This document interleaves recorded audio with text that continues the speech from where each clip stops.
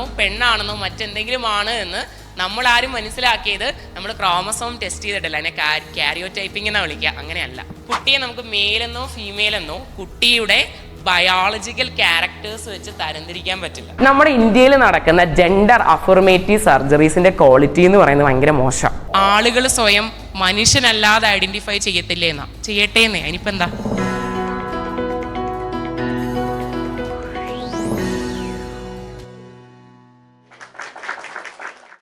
ആരാണ് ശരിക്കും ഈ അപരവൽക്കരിക്കപ്പെടുന്നവർ? ആരാണ് ഈ അപരവൽക്കരണം നടത്തുന്നത്? അതിനെക്കുറിച്ച് താങ്കൾക്ക് പറയാനുള്ളത് എന്താണെന്ന് അറിയാനൊരു ആകാംക്ഷയുണ്ട്. അതിനെക്കുറിച്ചൊന്ന് വിശദീകരിക്കാമോ?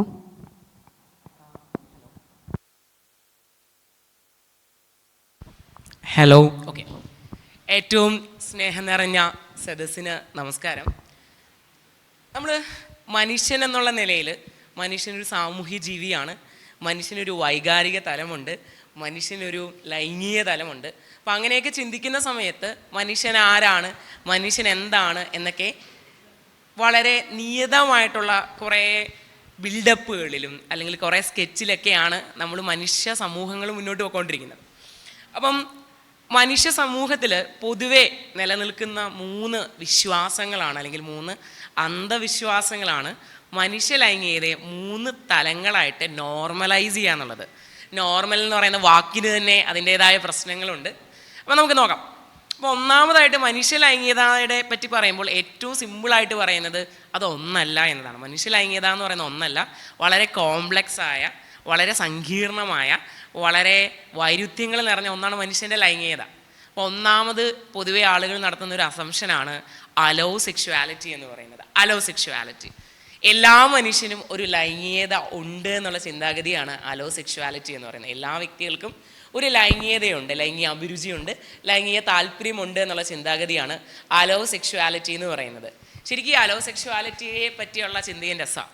കാരണം ഒരു 100-200 വർഷങ്ങൾക്ക് മുമ്പ് സ്ത്രീകൾക്ക് അങ്ങനെ അലോ സെക്ഷുവാലിറ്റി ഒന്നും ആരും കൽപ്പിച്ചു കൊടുത്തിരുന്നില്ല. കാരണം 1800കളിൽ ലോകത്തെ പല ആൾക്കാരും ചിന്തിച്ചിരുന്നത് സ്ത്രീകളും മറ്റ് ആണുങ്ങളെപ്പോലെ മനുഷ്യർ തന്നെയാണോ എന്നുള്ള കാര്യമായിരുന്നു. ഒരു മനുഷ്യനേക്കാളും കുറഞ്ഞ എന്തോ ആണ് സ്ത്രീ എന്ന് കരുതിയോണ്ട് തന്നെ സ്ത്രീയുടെ സെക്ഷുവാലിറ്റിനെയൊക്കെ കുറേ വർഷങ്ങൾ മനുഷ്യരങ്ങനെ പരിഗണിച്ചൊന്നുമില്ല. എന്നാൽ ഇന്ന് നമ്മൾ ചിന്തിക്കുമ്പോൾ എല്ലാ മനുഷ്യനും സെക്ഷുവാലിറ്റി ഉണ്ട്, അലോ സെക്ഷുവാലിറ്റി. എന്നാൽ അങ്ങനെയാണോ? അങ്ങനെയല്ല. കുറേ മനുഷ്യർക്ക് സെക്ഷുവൽ എക്സ്പീരിയൻസുകൾ, സെക്ഷുവാലിറ്റി എന്ന് പറയുന്ന ഒരു കാര്യം കാണണമെന്ന് യാതൊരുവിധ നിർബന്ധവുമില്ല. അങ്ങനെയുള്ള ആൾക്കാരെ പൊതുവെ വിളിക്കുന്ന പേരാണ് എസെക്ഷുവാലിറ്റിയിൽ ഉള്ള വ്യക്തികൾ, അല്ലെങ്കിൽ എക്സെക്ഷുവൽസ് എന്നത്.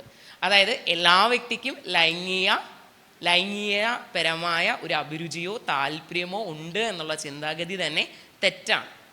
ഇനി മറ്റൊരു തെറ്റായ ചിന്താഗതിയാണ് സിസ് ജെൻഡറിസം എന്ന് പറയുന്നത്. സിസ് ജെൻഡറിസം, ശരിക്കും സിസ് ജെൻഡർ എന്ന് പറയുന്ന വാക്കൊക്കെ വളരെ അടുത്ത വർഷങ്ങളിലാണ് എല്ലാവരും പറഞ്ഞു തുടങ്ങിയത്.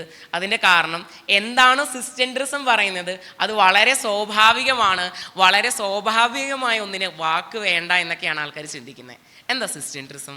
ഒരു കുഞ്ഞ് ജനിക്കുന്ന സമയത്ത്, ഒരു കുട്ടി ജനിക്കുന്ന സമയത്ത് കുട്ടിയുടെ ജെൻഡർ എന്താണ് എന്ന് മുതിർന്ന ആൾക്കാർ പറയുന്നതിനെ വിളിക്കുന്ന പേരാണ് സിസ് ജെൻഡറിസം എന്ന് പറയുന്നത്. കുട്ടി ജനിക്കുന്ന സമയത്ത് കുട്ടിയുടെ ജെൻഡർ എന്താണ് എന്ന് മുതിർന്ന ആൾക്കാർ പറയുന്നതിനെ വിളിക്കുന്ന പേരാണ് സിസ് ജെൻഡറിസം എന്ന് പറയുന്നത്.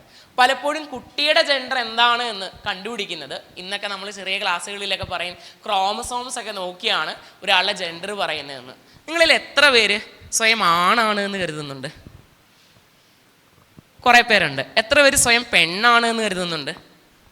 കുറേ പേരുണ്ട്. എങ്ങനെ മനസ്സിലായി? നിങ്ങൾ ക്രോമസോമൊക്കെ ടെസ്റ്റ് ചെയ്താണ് കണ്ടുപിടിച്ചേ? അല്ല. എങ്ങനെ മനസ്സിലായി? അങ്ങനെ തോന്നുന്നുകൊണ്ട് മനസ്സിലായി അല്ലേ?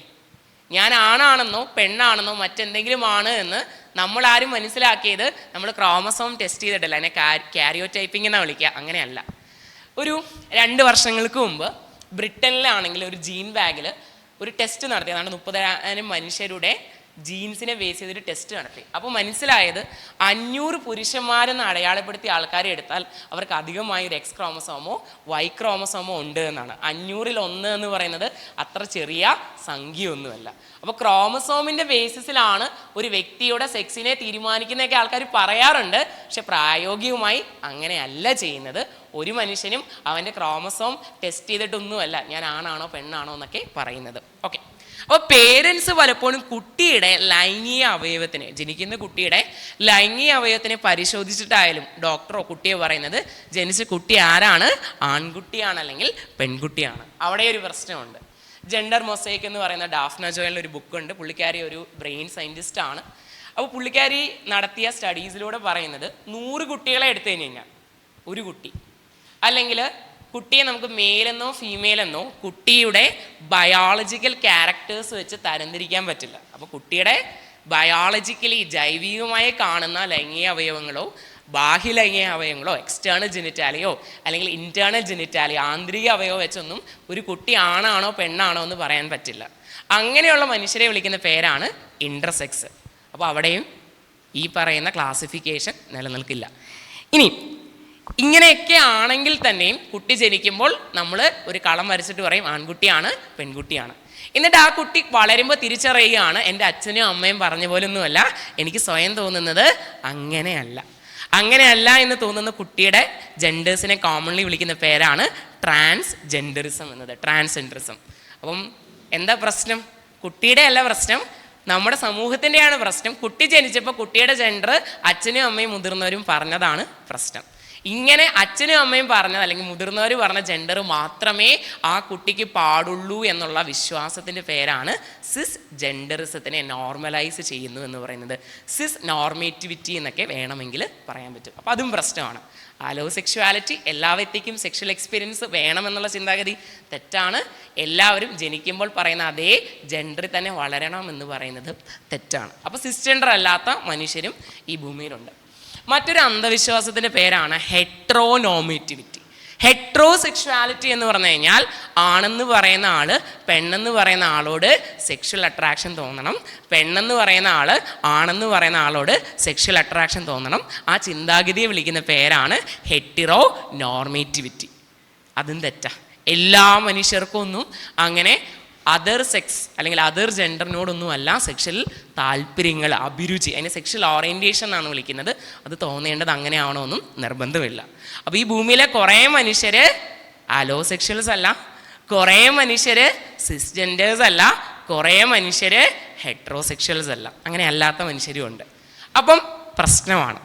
സമൂഹം പറയുന്ന നമ്മുടെ പ്രീ കൺസീവ്ഡ് നോഷൻ എന്താ പറയുന്നത്? പ്രീ കൺസീവ്ഡ് നോഷൻ പറയുന്നു മനുഷ്യരെല്ലാം അലോസെക്ഷൽ ആണ്, മനുഷ്യരെല്ലാം സിസ്ജെൻഡേഴ്സ് ആണ്, മനുഷ്യരെല്ലാം ഹെട്രോസെക്ഷൽസ് ആണ്. പക്ഷെ എന്തുമായിട്ട് കോൺഫ്ലിക്റ്റ് വരുന്നു? റിയാലിറ്റിയുമായിട്ട് കോൺഫ്ലിക്റ്റ് വരുന്നു. അപ്പോൾ നമുക്ക് 2 ചോയ്സാണ് ഉള്ളത്. ഒന്നെങ്കിൽ നമ്മുടെ സൊസൈറ്റിയിൽ നാം ആർജിച്ച ഈ പ്രീ കൺസീവ്ഡ് നോഷനെ എന്ത് ചെയ്യാം? തിരുത്താം. നമ്മുടെ ചിന്തയൊക്കെ തെറ്റായിരുന്നു എന്ന് റിയാലിറ്റി പരിശോധിച്ചിട്ട് പറയാം. അല്ലെങ്കിലുള്ള ഓപ്ഷൻ എന്താണ്? ഈ 3 അംബ്രല്ലകളുടെ ഉള്ളിൽ നിൽക്കാത്ത, ഈ 3 ടേംസിൻ്റെ ഉള്ളിൽ നിൽക്കാത്ത മനുഷ്യരൊന്നും അങ്ങനെ ശരിയായ മനുഷ്യരല്ല, അവരുടെ ലിവ്ഡ് എക്സ്പീരിയൻസ് ഒന്നും അവരുടെ ജീവിതങ്ങളൊന്നും ശരിയല്ല എന്ന് പറഞ്ഞ് അവർക്ക് നേരെ എന്ത് ചെയ്യാം? വയലൻസ് ചെയ്യാം. ദൗർഭാഗ്യവശാൽ അൺഫോർച്യുനേറ്റ്ലി സൊസൈറ്റിയിൽ നടക്കുന്ന എന്താ? പ്രീ കൺസീവ്ഡ് നോഷനെ, ചിന്താഗതിയെ തിരുത്തുകയല്ല ചെയ്യുന്നത്. സിസ്ജെൻഡേഴ്സ് അല്ലാത്ത, അലോസെക്ഷൽസ് അല്ലാത്ത, ഹെട്രോസെക്ഷൽസ് അല്ലാത്ത മനുഷ്യരുടെ എക്സ്പീരിയൻസിനെ കൂടുതൽ പ്രോബ്ലമാറ്റിക് ആയിട്ട് നശിപ്പിക്കുകയാണ് ചെയ്യുന്നത്. സോ ലോകത്തിൽ പല സ്റ്റഡീസ് നടത്തിയിട്ടുണ്ട്. അപ്പം WHO ആയിട്ട് ബന്ധപ്പെട്ട്, വേൾഡ് ഹെൽത്ത് ഓർഗനൈസേഷനുമായിട്ട് ബന്ധപ്പെട്ട് 1990-ൽ, അതായത് കുറേ വർഷങ്ങൾക്ക് മുമ്പ് സ്റ്റഡിയാണ്, 20% ഇങ്ങനെയുള്ള അലോസെക്ഷൽസ് അല്ലാത്ത, സിസ്ജെൻഡേഴ്സ് അല്ലാത്ത, ഹെട്രോസെക്ഷൽ അല്ലാത്ത മനുഷ്യരുടെ ജീവിക്കാനുള്ള അവകാശത്തിന് എതിരെ അവരുടെ പേരൻസും അവരുടെ ഏറ്റവും ക്ലോസസ്റ്റ് ആയിട്ടുള്ള കിൻസ് എന്ന് പറഞ്ഞാൽ ഏറ്റവും അടുത്ത ആളുകളും പ്രവർത്തിക്കുന്നു എന്നാണ്. ഇന്ത്യയിൽ ഹിജ്റ കമ്മ്യൂണിറ്റീസ് ഉണ്ട്. സ്വന്തം വീട്ടിൽ കുട്ടി പറഞ്ഞ ജെൻഡർ അല്ല, അല്ലെങ്കിൽ പേരൻസ് പറഞ്ഞ ജെൻഡർ അല്ല കുട്ടിയുടെ ജെൻഡർ എന്ന് കുട്ടി തിരിച്ചറിഞ്ഞുകൊണ്ട് കുട്ടിയെ വീട്ടിൽ നിന്ന് ഇറക്കി വിട്ടിട്ടുള്ള ട്രാൻസ്ജെൻഡേഴ്സ് ആയിട്ടുള്ള ലക്ഷക്കണക്കിന് മനുഷ്യന്മാർ ഇന്ത്യയിലുണ്ട്. അപ്പം മനോഭാവം തിരുത്തുന്നില്ല, ആളുകളുടെ ജൈവികമായ പ്രത്യേകതകളെ എതിർക്കുന്നു. ഇനി നമ്മൾ പൊതുവെ സെക്ഷുവാലിറ്റീനെയും സെക്ഷൽ ഓറിയൻറ്റേഷനെയും തരംതിരിക്കുന്നത് സോജീസെക് എന്ന് പറയുന്ന ഒരു ഷോർട്ട് ഫോമിലാണ്, ഒരു അബ്രിവേഷനാണ് സോജീസെക്. സോജീസെക്കിൽ പറയുന്നത് എസും ഒയും സ്റ്റാൻഡ് ചെയ്യുന്നത് സെക്ഷൽ ഓറിയൻറ്റേഷനിലാണ്. ഒരു വ്യക്തിക്ക് തോന്നുന്ന ലൈംഗിക അഭിരുചിയെ വിളിക്കുന്ന പേരാണ് സെക്ഷൽ ഓറിയൻറ്റേഷൻ എന്ന് പറയുന്നത്. ഒരു 80% സ്ത്രീകൾ എന്ന് അടയാളപ്പെടുത്തുന്ന ആൾക്കാരും ഒരു 80% പുരുഷൻ എന്ന് അടയാളപ്പെടുത്തുന്ന ആൾക്കാർക്കും പൊതുവേ അത് ജെൻഡറിലുള്ള ആളോടാണ് സെക്ഷൽ ഓറിയൻറ്റേഷൻ തോന്നുന്നത്. പക്ഷേ ഒരു 20% ആൾക്കാർക്ക് അങ്ങനെയൊന്നും അല്ല. കുറച്ച് ആൾക്കാർക്കാണെങ്കിൽ സെക്ഷൽ ഓറിയൻറ്റേഷൻ അവരുടെ തന്നെ ജെൻഡറിൽ തോന്നാം, അതിനെയാണ് ഹോമോസെക്ഷുവാലിറ്റി എന്ന് വിളിക്കുന്നത്. കുറച്ച് ആൾക്കാർക്ക് അങ്ങനെ സ്വന്തം ജെൻഡറിലും മറ്റ് ജെൻഡറിലുള്ള ആൾക്കാരോട് ഒരേ സമയത്ത് സെക്ഷൽ ഓറിയൻറ്റേഷൻ തോന്നാം, അല്ലെങ്കിൽ അഭിരുചി തോന്നാം. അതിനെ കോമൺലി വിളിക്കുന്ന പേരാണ് ബൈസെക്ഷുവാലിറ്റി അല്ലെങ്കിൽ പാൻ സെക്ഷുവാലിറ്റി എന്നൊക്കെയുള്ള വാക്കുകളിൽ വിളിക്കാറുണ്ട്. ഇനി വേറെ ചില വ്യക്തികൾക്കാണെങ്കിൽ സെക്ഷുവൽ എക്സ്പീരിയൻസ് എന്ന് പറയുന്നത് തോന്നണമെന്നേ ഇല്ല. അങ്ങനെയുള്ള ആളുകളെ പൊതുവേ വിളിക്കുന്ന പേരാണ് അസെക്ഷൽസ്. അസെക്ഷൽ ഒരു സ്പെക്ട്രമായിട്ടാണ് പൊതുവേ പറയുന്നത്. അതായത് ആളുകൾക്ക് ചിലപ്പോൾ വളരെ വൈകാരികമായി, മാനസികമായി വളരെ വൈകാരികമായി ഇഷ്ടം തോന്നുന്ന ആളുമായിട്ട് ചിലപ്പോൾ സെക്സിനോ അല്ലെങ്കിൽ ഏതെങ്കിലുമൊക്കെ രീതിയിലുള്ള സെക്ഷുവൽ എക്സ്പീരിയൻസിനോ ചിലപ്പോൾ തയ്യാറെടുക്കാം. അങ്ങനെയാണെങ്കിൽ ആ മനുഷ്യനെ വിളിക്കുന്ന പേരാണ് ഡെമ്മി സെക്ഷൽ എന്ന് പറയുന്നത്. ചില ആൾക്കാർക്ക് സെക്സിനോടാണ് താല്പര്യമില്ലാത്തത്, പക്ഷെ അവർക്ക് എന്തിഷ്ടമാണ്? റൊമാൻസ് ഇഷ്ടമാണ്. അപ്പോൾ ലൈംഗികതയും അതോടൊപ്പം തന്നെ റൊമാൻസും പ്രണയവും ഒരേ അംബ്രലയിൽ വരുന്ന കാര്യങ്ങളല്ല. ചില ആളുകൾക്ക് പ്രണയം തോന്നാം, ലൈംഗിക അഭിരുചി കാണില്ല. ചില ആൾക്കാർക്ക് ലൈംഗിക അഭിരുചി തോന്നാം, പ്രണയം കാണില്ല. 1994 വന്ന ഒരു സ്റ്റഡി സൂചിപ്പിക്കുന്നു, 1994 to 2000 കാലഘട്ടത്തിൽ നടത്തിയ ഒൻറ്റാറോ യൂണിവേഴ്സിറ്റിയിൽ നടത്തിയ, സെൻറ്റ് കാതറിൻസ് ഒൻറ്റാറോ യൂണിവേഴ്സിറ്റിയിൽ നടത്തിയ സ്റ്റഡിയിൽ പറയുന്നത് ലോകത്തൊരു 1000 മനുഷ്യരെ എടുത്തു കഴിഞ്ഞാൽ അതിലൊരു 80 പേരെന്ന് പറയുന്നത് ഏതെങ്കിലും രീതിയിൽ അസെക്ഷൽസ് ആണ് എന്നാണ്. അവരൊന്നും അലോസെക്ഷൽസ് അല്ല. ഓക്കെ. ദെൻ മറ്റൊരു കാര്യമാണ് സോജീസെക്കിൻ്റെ അകത്തെ ജെൻഡർ ഐഡൻറ്റിറ്റിയും ജെൻഡർ എക്സ്പ്രഷനും. രണ്ടും പ്രശ്നമാണ്. ജെൻഡർ ഐഡൻറ്റിറ്റിയും ജെൻഡർ എക്സ്പ്രഷനും ഒരുപോലെ ആവണമെന്നില്ല. ജെൻഡർ ഐഡൻറ്റിറ്റി എന്നത് പൊതുവെ ഒരു വ്യക്തിക്ക് ആന്തരികമായി ഇൻറ്റേർണലായിട്ട് തോന്നുന്ന കാര്യമാണ്. ഞാൻ ആണാണെന്ന് എനിക്ക് തോന്നുന്നു, ഞാൻ പെണ്ണാണെന്ന് എനിക്ക് തോന്നുന്നു, ഞാൻ ആണാണെന്ന് എനിക്ക് തോന്നുന്നില്ല, ഞാൻ പെണ്ണാണെന്ന് എനിക്ക് തോന്നുന്നില്ല, എനിക്ക് ഒരു ജെൻഡറെന്ന് തോന്നുന്നില്ല. സാധ്യതകൾ പലതാണ്. അപ്പോൾ അതിനെ വിളിക്കുന്ന പേരാണ് ജെൻഡർ ഐഡൻറ്റിറ്റി. ജെൻഡർ ഐഡൻറ്റിറ്റി ഇതുവരെ നമുക്ക് സാധ്യമായ സ്റ്റഡീസ് എല്ലാം സൂചിപ്പിക്കുന്നത് ഒരു വ്യക്തിയുടെ ജെൻഡർ ഐഡൻറ്റിറ്റി എന്ന് പറയുന്നത് ആത്യന്തികമായിട്ടും എന്തിനാൽ രൂപപ്പെട്ടതാണ്? അയാളുടെ ബയോളജിക്കൽ ബർത്തുമായിട്ട് രൂപപ്പെട്ടതാണ്. ഒരുപക്ഷെ ജനിതക കാരണങ്ങളാവാം, അല്ലെങ്കിൽ ജീൻസുമായിട്ട് ബന്ധപ്പെട്ട് ജീൻ എങ്ങനെ എക്സ്പ്രസ് ചെയ്യുന്നു എന്ന് വിളിക്കുന്ന പേരാണ് എപ്പിജെനറ്റിക്സ്, ഭ്രൂണ വളർച്ച, എംബ്രിയോണിക് ഗ്രോത്തുമായിട്ട് ബന്ധപ്പെട്ടായിരിക്കാം. എന്നാലും ഒരു വ്യക്തിയുടെ ജെൻഡർ ഐഡൻറ്റിറ്റി ഏറിയ പങ്കും നിലവിലുള്ള സ്റ്റഡീസ് പറയുന്നത് കുട്ടി ജനിക്കുന്നതിന് മുമ്പ് തന്നെ രേഖപ്പെടുത്തിയതാണ്. പക്ഷെ അത് എന്തുമായിട്ട് ബന്ധമില്ല, കുട്ടിയുടെ ലൈംഗിക അവയവമായിട്ട് ബന്ധം വേണമെന്ന് യാതൊരുവിധ നിർബന്ധവും ഇല്ല. Gender identity. മറ്റൊന്നാണ് ജെൻഡർ എക്സ്പ്രഷൻ. 2024 കേരളത്തിലെ ഒരു പെൺകുട്ടി ധരിക്കുന്ന വസ്ത്രം, അവളായിരിക്കുന്ന ശീലങ്ങൾ, അവളെ തന്നെ പ്രസൻറ്റ് ചെയ്യുന്ന രീതിയും ഒരു 500 വർഷം മുമ്പ് എവിടെ പോകണം, ഓസ്ട്രേലിയയിലെ ഒരു നേറ്റീവ് മനുഷ്യനായ സ്ത്രീ നടന്നത് ഒരുപോലെയാണോ? രണ്ടുപേരും എന്താണ്? സ്ത്രീയാണ് ജെൻഡർ ഐഡൻറ്റിറ്റി, പക്ഷെ ആളുടെ എന്ത് വ്യത്യസ്തമാണ്? എക്സ്പ്രഷൻ വ്യത്യസ്തമാണ്. സോ ജെൻഡറിൻ്റെ അകത്തെ ജെൻഡർ എക്സ്പ്രഷൻ എന്തുമായിട്ട് ബന്ധപ്പെട്ടാണ്? അവരായിരിക്കുന്ന സൊസൈറ്റിയുമായിട്ട്, സമൂഹവുമായിട്ട്, അവരായിരിക്കുന്ന കാലഘട്ടവുമായിട്ട് ബന്ധപ്പെട്ടാണ്. സോഷ്യലി ഡിറൈവ്ഡ് ആണ് ഏറിയ പങ്കും ജെൻഡർ എക്സ്പ്രഷൻ എന്നാണ് നിലവിലുള്ള സ്റ്റഡീസ് സൂചിപ്പിക്കുന്നത്. ജെൻഡർ ഐഡൻറ്റിറ്റി ബയോളജിക്കലി ആണ് ഏറിയ പങ്കും സ്വാധീനിക്കപ്പെടുന്നതെങ്കിൽ ജെൻഡർ എക്സ്പ്രഷൻ എന്നത് കാലഘട്ടം അനുസരിച്ച്, സ്ഥലമനുസരിച്ച് മാറാനുള്ള സാധ്യതയുണ്ട്. അതെന്ത് വേണമെന്നുള്ളത് വ്യക്തിയാണ് തീരുമാനിക്കുന്നത്. സോജീസെക്കിൽ ഫൈനലി പറയുന്ന കാര്യമാണ് സെക്ഷുവൽ ക്യാരക്ടേഴ്സ് എന്ന് പറയുന്നത്. വ്യക്തിയുടെ സെക്ഷുവൽ ക്യാരക്ടേഴ്സ്, അതുമായിട്ട് ബന്ധപ്പെട്ടാണ് ഞാൻ ഇന്റർസെക്സ് ആയിട്ടുള്ള മനുഷ്യരുണ്ടെന്ന് പറയുന്നത്. മെയിൽ എന്നും ഫീമെയിൽ എന്നും ജൈവിക ഫീച്ചേഴ്സിനെ, ബയോളജിക്കൽ ഫീച്ചേഴ്സിനെ തരംതിരിക്കാൻ അത്ര കറക്റ്റായിട്ടൊന്നും പറ്റാറില്ല. ചില ആളുകൾക്ക് ക്രോമസോംസ് നോക്കുകയാണെങ്കിൽ പൊതുവെ മെയിൽ ക്രോമസോംസ് എന്ന് പറയുന്നത് എന്താണെന്നറിയാം? പൊതുവെ XY കണ്ടീഷൻ എന്നാണ്. ഫീമെയിൽ ക്രോമസോംസ് എന്ന് പൊതുവേ പറയുന്നത് XX കണ്ടീഷനാണ്. പൊതുവേ പറയുന്നത് തന്നെയാണ് ഞാൻ പറഞ്ഞത്. അങ്ങനെ ആവണമെന്ന് നിർബന്ധമില്ല. ചില ആളുകൾക്ക് XX ക്രോമസോം ആയിരിക്കും, പക്ഷെ ആളുടെ മറ്റ് സെക്ഷുവൽ ഫീച്ചേഴ്സ് എല്ലാം മെയിലിനെ പോലെ അല്ലെങ്കിൽ മെയിൽ ടിപ്പിക്കൽ പൊതുവേ ആണിൽ കാണുന്ന ഫീച്ചേഴ്സ് ഒക്കെ വരാനുള്ള സാധ്യത വളരെ വളരെ വളരെ കൂടുതലാണ്. നേരെ തിരിച്ചും സംഭവിക്കാറുണ്ട്. XY ക്രോമസോമൽ അറേഞ്ച്മെന്റ് ആയിരിക്കും, പക്ഷെ ആളിൻ്റെ ഫീച്ചേഴ്സ് എന്ന് പറയുന്നത് ബയോളജിക്കൽ ഫീച്ചേഴ്സ് എന്ന് പറയുന്നത് ഇന്റേണൽ സെക്സ് ഓർഗൻ എന്ന് പറയുന്നതും മാറി വരാൻ പറ്റും. 1% അടുത്തൊക്കെ അങ്ങനെ വരാനുള്ള സാധ്യതകൾ ഉണ്ടെന്നാണ് ഡാഫ്ന ജോയൽ പോലുള്ള ആളുകളുടെ സ്റ്റഡീസ് സൂചിപ്പിക്കുന്നത്. അപ്പോൾ പറഞ്ഞു വന്ന ഇത്രയേ ഉള്ളൂ. എല്ലാ മനുഷ്യരും നമ്മൾ പൊതുവേ കാണുന്ന ജനിക്കുമ്പോഴേ ഏതെങ്കിലും ഒരു ജെൻഡറിൽ ജനിക്കുമ്പോഴേ ആ കുട്ടി ആരെ പ്രണയിക്കണം, ആരെ ഇഷ്ടപ്പെടണം എന്നുള്ള രീതിയിൽ നമ്മൾ കളങ്ങൾ വരയ്ക്കുന്നു. അങ്ങനെയൊന്നും ആവണമെന്നൊരു നിർബന്ധവുമില്ല. ഇനി ചില വ്യക്തികൾക്ക് ഒരു ഇന്റേണൽ ജെൻഡർ ഐഡന്റിറ്റി ഉണ്ടാവണമെന്ന് നിർബന്ധമില്ല. ജെൻഡർ ഐഡന്റിറ്റിയും ജെൻഡർ എക്സ്പ്രഷനും രണ്ടാണ്.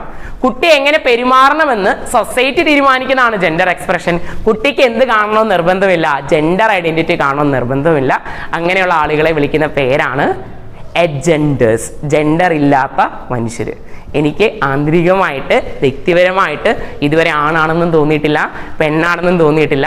എനിക്ക് ജെൻഡർ ഐഡന്റിറ്റി എന്ന് പറയുന്ന കാര്യം ഇതുവരെ തോന്നിയിട്ടില്ല. ഇങ്ങനെയും മനുഷ്യരുണ്ട്.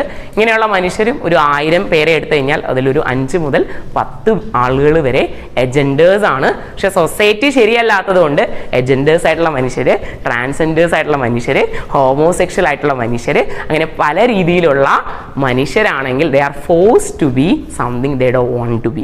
അത് ഭയങ്കര ബുദ്ധിമുട്ടുള്ള കാര്യമാണ്. നമ്മൾ താല്പര്യമില്ലാത്ത ഒന്നായി മാറുക എന്നത് വളരെ ബുദ്ധിമുട്ടുള്ള ഒരു കാര്യമാണ്. ചിലപ്പോൾ വീട്ടുകാർ അവരെ വീട്ടിൽ നിന്ന് ഇറക്കി വിടും.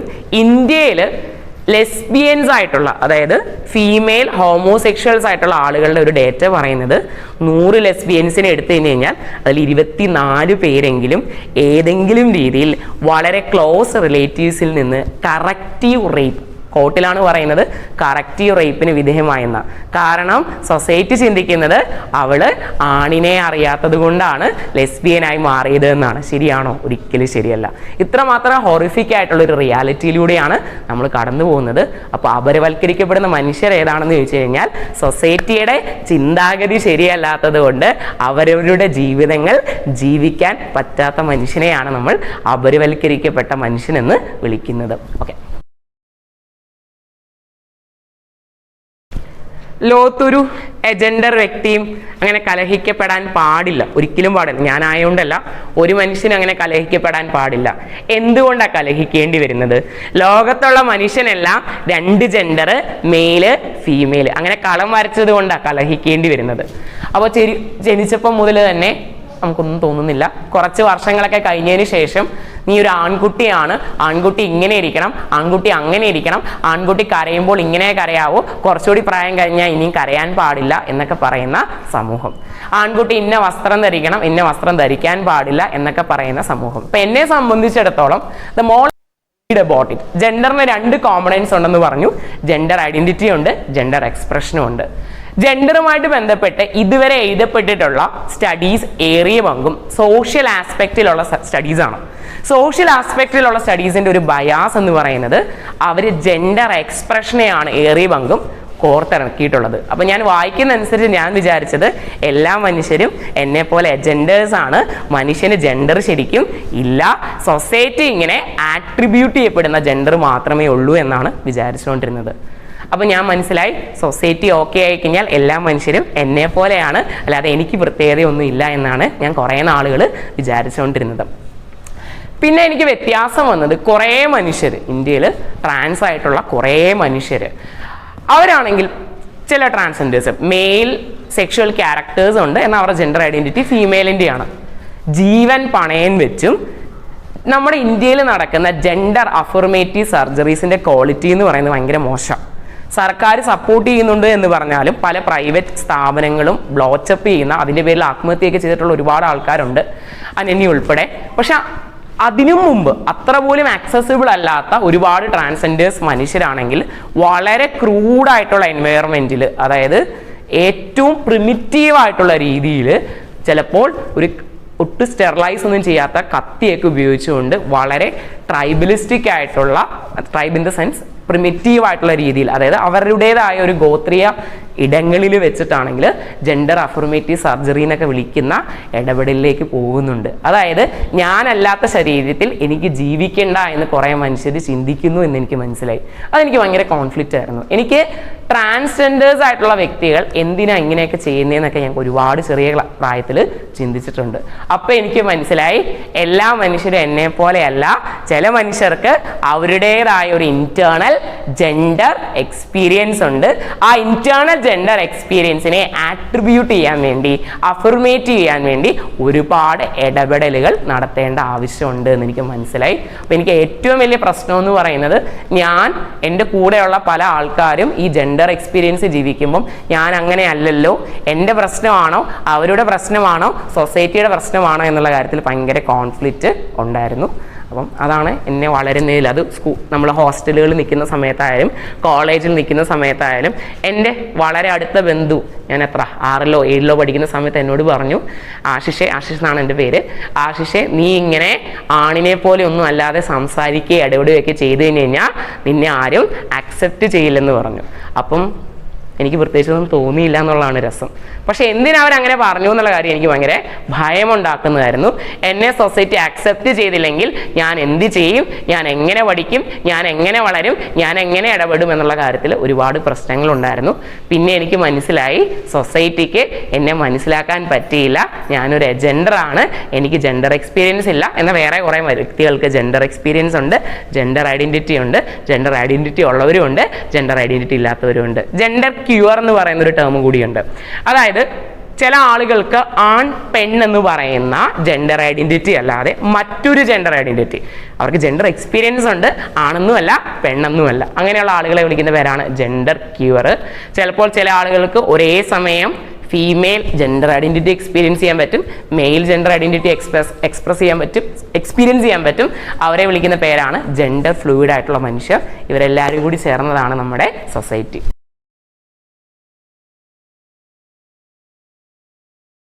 മനുഷ്യർക്ക് അവർ വിചാരിച്ച കാര്യങ്ങൾ വീണ്ടും വീണ്ടും വീണ്ടും വീണ്ടും വീണ്ടും വീണ്ടും അസേർട്ട് ചെയ്ത് പറയുന്ന പഠനങ്ങളൊക്കെ ഭയങ്കര ഇഷ്ടമാണ്. അതുകൊണ്ടാണ് ഒരു കാലഘട്ടത്തിൽ ഈ വാട്സപ്പ് അമ്മാവന്മാരുടെ മെസ്സേജുകൾ എന്നൊക്കെ പറഞ്ഞ് പല ഹോക്സുകളും പ്രചരിക്കുന്നത്. മറ്റേ കിടക്കുന്ന സമയത്ത് ഒരു ദിശയിൽ കിടക്കണം, അങ്ങനെ കിടക്കണമെന്ന് പണ്ട് പറയുന്നതിൻ്റെ കാരണം എർത്തിൻ്റെ മാഗ്നറ്റിക് ഫീൽഡ് കാരണമാണ് എന്നൊക്കെ പറഞ്ഞുകൊണ്ട് നമ്മുടെ മുൻധാരണകളെ വീണ്ടും വീണ്ടും വീണ്ടും വീണ്ടും ഉറപ്പാക്കുന്ന സോ കോൾഡ് സ്റ്റഡി, ശാസ്ത്രീയ സ്വഭാവമുള്ള മെറ്റീരിയൽസ് എല്ലാവർക്കും ഇഷ്ടമാണ്, വായിക്കാനും ഇഷ്ടമാണ്, അതിന് പ്രചാരണം ലഭിക്കുന്നുണ്ട്. സൊസൈറ്റിയുടെ ധാരണ എന്താ? എല്ലാവരും അലോസെക്ഷൽ ആണ്, എല്ലാവരും ഹെട്രോസെക്ഷൽ ആണ്, എല്ലാവരും സിസ്ജെൻഡേഴ്സ് ആണ്. അപ്പൊ അങ്ങനെ അല്ലാത്തതൊക്കെ എന്തോ പ്രശ്നമാണ് എന്ന് പറയുന്ന ലേഖനങ്ങൾ, പുസ്തകങ്ങൾക്കൊക്കെ വളരെ വലിയ രീതിയിലുള്ള ഒരു സ്വീകാര്യത സൊസൈറ്റിയിൽ ലഭിക്കുന്നുണ്ട്. ഒരു എക്സാമ്പിൾ പറഞ്ഞു കഴിഞ്ഞാൽ എൻഡ് ഓഫ് ജെൻഡർ എന്ന് പറഞ്ഞ ഡെബോറ സോ എന്ന് പറയുന്ന ഒരാൾ. അപ്പോൾ ആള് ഒരു ന്യൂറോ സയൻറ്റിസ്റ്റ് ആയിരുന്നു. എന്നാൽ പുള്ളിക്കാരി ഫ്രോഡിലൻ്റ് വർക്ക്, ഡേറ്റ ഫോർജറി നടത്തേണ്ട പേരിൽ അക്കാഡമിയുടെ പുറത്ത് പോകേണ്ടി വന്ന ആളാണ് ഡെബോറ സോ. ഡെബോറ സോയ്ക്ക് ഫെലോഷിപ്പ് ഇല്ലായിരുന്നു. അക്കാഡമിയുടെ പുറത്ത് ഡേറ്റ ഫോർജറി നടത്തി, ഡേറ്റ തിരിമറി നടത്തിയുകൊണ്ട് അക്കാഡമിയുടെ പുറത്ത് വേണ്ടി പുള്ളിക്കാരിക്ക് എന്തില്ലായിരുന്നു? ഫെലോഷിപ്പ് ഇല്ലായിരുന്നു. പുള്ളിക്കാരി എഴുതിയ പുസ്തകത്തിൻ്റെ പേരാണ് എൻഡ് ഓഫ് ജെൻഡർ എന്ന് പറയുന്നത്. ഈ പുസ്തകത്തിനെ ഇന്ന് കേരളത്തിലെ നല്ലൊരു ശതമാനം ക്യൂർ വിരുദ്ധ അല്ലെങ്കിൽ സ്യൂഡോ സയൻറ്റിഫിക് കപടശാസ്ത്ര വക്താക്കളുടെ ആർഗ്യുമെന്റ്സ് വരുന്നത് ഈ എൻഡ് ഓഫ് ജെൻഡർ എന്ന് പറയുന്ന പുസ്തകത്തിൽ നിന്നാണ്. ഒരുപക്ഷെ നിങ്ങളൊക്കെ കേട്ടിരിക്കാൻ സാധ്യതയുള്ള ഒരു പേരാണ് റിച്ചാർഡ് ഡോക്കിൻസ്. കേട്ടിട്ടുണ്ടോ? ആരെങ്കിലും കേട്ടിട്ടുണ്ടോ? റിച്ചാർഡ് ഡോക്കിൻസ് ഉണ്ടോ? ഉണ്ട്. റിച്ചാർഡ് ഡോക്കിൻസ് എന്ന് പറയുന്നത് ഒരു കാലഘട്ടത്തിൽ സോക്കോൾഡ് ഹ്യൂമാനിറ്റേറിയൻ അപ്രോച്ചിൻ്റെയും സോക്കോൾഡ് മതങ്ങളൊന്നും വേണ്ട എത്തീസത്തിൻ്റെയും ശാസ്ത്രീയ ചിന്താഗതിയുടെയൊക്കെ ഒരു ഐക്കണായിട്ട് നിന്ന വ്യക്തിയാണ് റിച്ചാർഡ് ഡോക്കിൻസ് ഒരു ട്രാൻസ് വിരുദ്ധനാണ്. റിച്ചാർഡ് ഡോക്കിൻസ് ഏറ്റവും കൂടുതൽ സപ്പോർട്ട് കൊടുക്കുന്ന ഒരു ബുക്ക് കൂടിയാണ് ഈ എൻഡ് ഓഫ് ജെൻഡർ എന്ന് പറയുന്ന ബുക്ക്. അപ്പോൾ ആളൊരു ശാസ്ത്രീയ വക്താവായിട്ട് വന്നു. പക്ഷെ ഇന്ന് അദ്ദേഹം വളരെ ഭീകരമായിട്ടുള്ള ട്രാൻസ് വിരുദ്ധത ഒരുപാട് പറയുന്ന ഒരു വ്യക്തിയാണ്. അപ്പം കേരളത്തിലെ ഇൻസ്റ്റാഗ്രാം പേജുകളിലായാലും യൂട്യൂബുകളിലായാലും ഇത്തരം വീഡിയോകൾ മെജോറിറ്റി ഓഫ് മനുഷ്യരുടെയും മിസ്കൺസെപ്ഷനെ അസേർട്ട് ചെയ്യുന്ന മെറ്റീരിയൽ ശാസ്ത്രീയം എന്ന് പറയുമ്പോൾ ആധികാരികത എന്നൊരു വ്യാജേനെ ആളുകളിലേക്ക് എത്തിച്ചേരാനും നല്ല രീതിയിൽ പൈസ ഇങ്ങനെയുള്ള ആളുകൾ നേടാനും ഒക്കെയുള്ള ഹൈലി ഫണ്ടഡ് ആയിട്ടുള്ള ഒരു ബിസിനസ്സായിട്ട് ക്യൂർ വിരുദ്ധ ചിന്താഗതി, ക്യൂർ ഇൻ ദ സെൻസ് ഈ പറയുന്ന അലോസെക്ഷൽ അല്ലാത്ത, സിസ്ജെൻഡേഴ്സ് അല്ലാത്ത, ഹെട്രോസെക്ഷൽ അല്ലാത്ത മനുഷ്യരെ വിളിക്കുന്ന പേരാ ക്യൂർ. അങ്ങനെയുള്ള ആളുകൾക്ക് എതിരെയുള്ള മെറ്റീരിയൽസ് വരുന്നുണ്ട്. എന്നാലും സയൻസികമായ രീതിയിൽ പറയുകയാണെങ്കിൽ നമ്മൾ മനുഷ്യന്റെ മനസ്സുമായിട്ട് ബന്ധപ്പെട്ട്, മനുഷ്യന്റെ സെക്സ് എഡ്യൂക്കേഷനുമായിട്ട് ബന്ധപ്പെട്ട്, മനുഷ്യന്റെ ബ്രെയിനുമായിട്ട് ബന്ധപ്പെട്ട് പറയുമ്പോൾ ഏറ്റവും ആധികാരിക എപ്പെക്സ് ബോഡീസ് എന്ന് വിളിക്കുന്ന 2-3 അസോസിയേഷൻ എന്ന് പറയുന്നത്, ഒന്ന് ലോകാരോഗ്യ സംഘടന WHO ഉണ്ട്, അമേരിക്കൻ സൈക്കാട്രിക് അസോസിയേഷൻ ഉണ്ട്, അമേരിക്കൻ സൈക്കോളജിക്കൽ അസോസിയേഷൻ ഉണ്ട്. ഈ 3 പേരുമാണ് നമ്മൾ പൊതുവെ എപ്പെക്സ് ബോഡി എന്ന് പറയുന്നത്. ഈ 3 പേരും പറയുന്ന കാര്യം, ഇനിയും കുട്ടികളുടെ കാര്യം പറയുകയാണെങ്കിൽ പീഡിയാട്രിക് അസോസിയേഷൻസും ഉണ്ട്.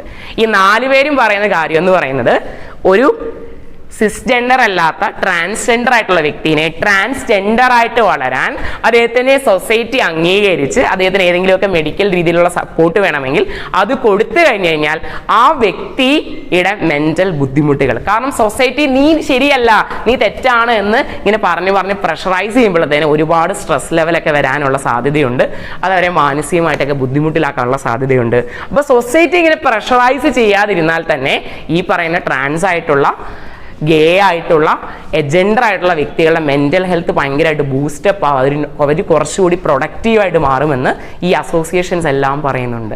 ഇനിയും WHO ആയാലും, ലോകാരോഗ്യ സംഘടനയായാലും, അമേരിക്കൻ സൈക്കാട്രിക് അസോസിയേഷൻ ആയാലും, അമേരിക്കൻ സൈക്കോളജിക്കൽ അസോസിയേഷൻ ആയാലും ഉറപ്പോട് പറയുന്ന ഒരു കാര്യം എന്ന് പറയുന്നത്, ഒരു വ്യക്തി അലോസെക്ഷൽ ആവാത്തതോ, ഒരു വ്യക്തി സിസ്ജെൻഡർ ആവാത്തതോ, ഒരു വ്യക്തി ഹെട്രോസെക്ഷൽ ആവാത്തതോ മാനസിക രോഗം അല്ല. പിന്നെ അമേരിക്കൻ സൈക്കോളജിക്കൽ അസോസിയേഷനിലെ 2012 വന്നൊരു പേപ്പർ പറയുന്നത്, ചില ആളുകൾക്ക് ഹോമോസെക്ഷൽസ് ആയിട്ടുള്ള വ്യക്തികളോട് അകാരണമായ ഭയം വരും. അകാരണമായ ഭയത്തിനെ പൊതുവെ അടയാളപ്പെടുത്തുന്ന വാക്ക് ഫോബിയ എന്ന, അതിനെ വിളിക്കുന്ന പേരാണ് ഹോമോഫോബിയ. ഹോമോഫോബിയ പലപ്പോഴും ഒരു ലഘു മനോരോഗത്തിൻ്റെയൊക്കെ രൂപം എടുക്കുന്നുണ്ട് എന്നുകൂടി ഈ അമേരിക്കൻ സൈക്കോളജിക്കൽ അസോസിയേഷനിൽ വന്ന സ്റ്റഡി സൂചിപ്പിക്കുന്നുണ്ട്. അപ്പോൾ പലപ്പോഴും ഹോമോസെക്ഷുവാലിറ്റി അല്ല, ഹെട്രോസെക്ഷുവാലിറ്റി അല്ല, ബൈസെക്ഷുവാലിറ്റി അല്ല, ഇതൊന്നും വ്യക്തികളാവുന്നതിന് പ്രശ്നമില്ല. പക്ഷെ ഒരു ജെൻഡർ ഐഡന്റിറ്റീനെ, ഒരു സെക്ഷൽ ഓറിയന്റേഷനെയൊക്കെ നമ്മൾ അപരവൽക്കരിക്കുന്ന സമയത്ത് അതിന് പ്രശ്നം വരുന്നത് അതിൻ്റെ റിസീവിങ് എൻഡിലുള്ള ആൾക്കാർക്ക് മാത്രമല്ല, ഇങ്ങനെ അപരവൽക്കരിക്കുന്ന ആൾക്കാരും ഹോമോഫോബിയ പോലെ ഒരു ലഘു മനോരോഗ അവസ്ഥയിലേക്ക് പോകാനുള്ള സാധ്യത ഒരുപാട് കൂടുതലാണ്. അപ്പോൾ സ്യൂഡോ സയൻസ് പറയുന്ന ആൾക്കാരോട് നമ്മൾ പറയുന്നത്, നിങ്ങൾ പറയുന്ന സയൻസ് ശരിയല്ല എന്നാണ്. സ്യൂഡോ സയന്റിസ്റ്റുകളായ ആളുകളുടെ മറ്റൊരു വാദമാണ് ഹോമോസെക്ഷുവാലിറ്റി. DSM എന്ന് പറയുന്ന ഡയഗ്നോസ്റ്റിക് ആൻഡ് സ്റ്റാറ്റിസ്റ്റിക് മാനുവൽ എന്ന് പറയുന്ന ഒരു ബുക്കാണ് പലപ്പോഴും മനോരോഗങ്ങളെ ക്ലാസിഫൈ ചെയ്യാൻ വേണ്ടി ഉപയോഗിക്കുന്നത്. ഈ ബുക്കിലെ 1970s ആരൊക്കെ ഓട്ടിട്ടാണ് ഹോമോസെക്ഷുവാലിറ്റി മനോരോഗമല്ല എന്ന് തീരുമാനിച്ചതെന്ന് പറയുന്ന കുറേ വാദങ്ങളൊക്കെ ഞാൻ കണ്ടിട്ടുണ്ട്. അങ്ങനെ ഓട്ടിട്ട് കണ്ടുപിടിച്ചതല്ല, എന്താ ചെയ്തേ? 1950 മുതൽ 1970s വരെ വളരെ വലിയ പഠനങ്ങൾ, നമ്മളൊരു പഠനത്തിനെ എടുത്തു പഠിക്കുമ്പോൾ അതിനെ വിളിക്കുന്ന പേര് സിസ്റ്റമാറ്റിക് റിവ്യൂ എന്നോ അല്ലെങ്കിൽ മെറ്റാ അനാലിസിസോ എന്നാണോ. 100 കണക്കിന് പഠനങ്ങൾ, ഒരു ഹോമോസെക്ഷുവാലിറ്റി മനോരോഗമാണെന്ന് പറയുന്ന 100 കണക്കിന് പഠനങ്ങളെ എടുത്ത് പഠിച്ചപ്പോൾ അവർക്ക് മനസ്സിലായി ഹോമോസെക്ഷുവാലിറ്റി മനോരോഗമാണ് എന്ന് പറയാൻ തെളിവില്ല എന്ന്. സ്പെൻസറിനെ പോലെയുള്ള സയൻറ്റിസ്റ്റുകൾക്ക് മനസ്സിലായി. അവരാണ് ഈ മെറ്റാ അനാലിസിസും സിസ്റ്റമാറ്റിക് റിവ്യൂയും ചെയ്തത്. അതുവരെ ഒരു 1900 ആരംഭം മുതൽ 1970 ആരംഭം വരെ നടന്ന പഠനങ്ങളിൽ ഹോമോസെക്ഷുവാലിറ്റി മനോരോഗമാണെന്ന് പറയാൻ തെളിവൊന്നുമില്ല. പിന്നെ എങ്ങനെയാണ് മെന്റൽ കമ്മ്യൂണിറ്റിയിൽ ഒരു കാലഘട്ടത്തിൽ വന്നത്? അതിൻ്റെയും റീസൺ വളരെ സിമ്പിളാണ്. 1800 അല്ലെങ്കിൽ 1900 ആരംഭ കാലഘട്ടത്തിൽ ഒരു വ്യക്തി ഹോമോസെക്ഷലായിട്ട് പെരുമാറിയാൽ അത് ബൈബിളിനെതിരാണ്, അയാളെ കൊല്ലണമെന്ന് അല്ലെങ്കിൽ അയാൾക്കെതിരെ വളരെ ഹോറിഫിക് ആയിട്ടുള്ള ശിക്ഷ വേണമെന്നൊക്കെയുള്ള ചിന്താഗതികൾ ഉണ്ടായിരുന്നു. ഇംഗ്ലണ്ടിലെയും യൂറോപ്പിലെ പല രാജ്യങ്ങളിലെയും ലോസ് അങ്ങനെയായിരുന്നു. അപ്പം അങ്ങനെ ഒരാളെ കൊല്ലേണ്ട കാര്യമില്ല എന്ന് പറയാൻ വേണ്ടി അവർ പാപമല്ല ചെയ്യുന്നത്, വിത്തിൻ ദ ഗോഡ് ക്രൈം അല്ല ചെയ്യുന്നത്, അവർ ചെയ്യുന്നത് അവരുടെ മെന്റൽ ഹെൽത്തിന്റെ പ്രത്യേകതയാണ് എന്ന് പറയാൻ കുറേ സയന്റിസ്റ്റുകൾ, അതായത് ആ ഒരു അർത്ഥത്തിൽ നോക്കിക്കഴിഞ്ഞ് കഴിഞ്ഞാൽ അവരെ ഒരുപക്ഷെ സഹായിക്കുന്ന കുറേ സയന്റിസ്റ്റുകളുടെ വർക്കുകളെ കാലഘട്ടത്തിന് വിരുദ്ധമായിട്ട് വായിച്ചപ്പോഴാണ് മെന്റൽ ഹെൽത്ത് പ്രശ്നമാണ് ഹോമോസെക്ഷുവാലിറ്റി അല്ലെങ്കിൽ ട്രാൻസ്ജെൻഡറിസത്തിന്റെ കാര്യത്തിലും WHO വളരെ നീണ്ട ദീർഘമായ പേപ്പറുകളുണ്ട്. ICD എന്ന് പറയുന്ന ഒരു ഇതിലൂടെയാണ് WHO രോഗങ്ങളെ ക്ലാസിഫൈ ചെയ്യുന്നത്. ICD ലെവലിൽ പറയുന്നത് ഒരു വ്യക്തിക്ക് ജെൻഡർ സെക്ഷുവാലിറ്റിയായിട്ട് ബന്ധപ്പെട്ട് ട്രാൻസ്ജെൻഡറിസമായിട്ട് ബന്ധപ്പെട്ട് പറയുന്ന അവസ്ഥകൾ എന്ന് പറയുന്നത് മനോരോഗമല്ല, അവർക്ക് വേണ്ടത് സപ്പോർട്ടാണ് എന്നാണ് പറയുന്നത്. അപ്പം ശരിയായ സയൻസിനെ തെറ്റായി റെപ്രസെന്റ് ചെയ്ത് വളരെ കോട്ട് മൈൻഡ് ചെയ്തൊക്കെയാണ് ഈ സ്യൂഡോ സയൻസ് പറയുന്നത്. അവരുടെ മുഖത്ത് നോക്കി പറയാൻ പറ്റുന്ന കാര്യം എന്ന് പറയുന്നത് നിങ്ങൾ പറയുന്നത് ശരിയല്ല, നിങ്ങൾ പറയുന്നത് കള്ളമാണ്. മറ്റൊരു പേപ്പർ ഇതിൽ തന്നെ ഏതൊരു ഇൻസ്റ്റാഗ്രാം ഹാൻഡിൽ കണ്ടാണ് ഹോമോസെക്ഷൽസ് ആണ് പീഡോഫൈൽസ് ആയിട്ട് മാറുന്നത്. പെഡോഫീലിയ എന്ന് പറഞ്ഞു കഴിഞ്ഞാൽ കൊച്ചു കുഞ്ഞുങ്ങളോട് പ്രൈമറി സെക്ഷൽ ഓറിയന്റേഷൻ തോന്നുന്ന ഒരു മാനസിക അവസ്ഥയാണ്. പാരാഫീലിക് ഡിസോർഡർ ആണ്, ഒരു ഡിസോർഡർ ആണ്. മനോവൈകൃതമായിട്ടാണ് ലോകം കാണുന്നത് കൊച്ചു കുഞ്ഞുങ്ങളോട് സെക്ഷൽ ഓറിയന്റേഷൻ തോന്നുന്നത്. അതേ അവസ്ഥയുടെ തന്നെ ഒരു പ്രശ്നമാണ് ചൈൽഡ് സെക്ഷൽ അബ്യൂസ് എന്ന് പറയുന്നത്. അപ്പോൾ ഈ വ്യക്തി പറയുന്നത് ഹോമോസെക്ഷൽസ് ആയിട്ടുള്ള ആളുകളാണ് ചൈൽഡ് സെക്ഷൽ അബ്യൂസ് നടത്തുന്നതെന്ന്. എന്നാൽ ഇന്ന് വരെ NCBIയിലും പബ്മെഡിലും ഒക്കെ ആയിട്ട് പബ്ലിഷ് ചെയ്ത 100 കണക്കിന് പേപ്പറുകൾ ഞാൻ നോക്കി. ഇന്ന് വരെ കണ്ടെത്തിയിട്ടുള്ള മിക്ക ചൈൽഡ് സെക്ഷൽ അബ്യൂസേഴ്സും ഫണ്ടമെന്റലി ആരാണെന്നറിയോ? ഹെട്രോസെക്ഷൽസാ. അപ്പോൾ ശരിയായ ഡേറ്റ ഹെട്രോസെക്ഷൽസ് ആണ്, അതായത് സോക്കോൾഡ് നോർമൽ എന്ന് പറയുന്ന ആളുകളാണ് ഈ കുഞ്ഞുങ്ങളെയൊക്കെ അബ്യൂസ് ചെയ്യുന്നത്. അപ്പം പലപ്പോഴും നമ്മൾ റിയൽ ഡേറ്റേനെ വളരെ അതിനെ നമ്മൾ വിളിക്കുന്ന പേരാണ് കോട്ട് മൈൻഡ് ചെയ്തു, ചെറി പിക്ക് ചെയ്തു എന്നൊക്കെ പറയുന്നത്. ആ രീതിയിലാണ് ഇവർ കാണിക്കുന്നത്. ഇറ്റ് ഈസ് എക്സ്ട്രീംലി പ്രോബ്ലമാറ്റിക് ആയിട്ടുള്ള ഒരു കാര്യമാണ്.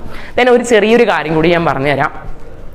വേറൊന്നാണ് ഈ ഹോമോസെക്ഷൽസിൻ്റെ ഇടയിൽ മാത്രമുള്ള ഒരു രോഗമാണ് എയ്ഡ്സ് എന്ന് പറയുന്നത്. എയ്ഡ്സ് HIV ഇൻഫെക്ഷൻ അല്ലെങ്കിൽ എയ്ഡ്സ് എന്ന് പറയുന്നത്.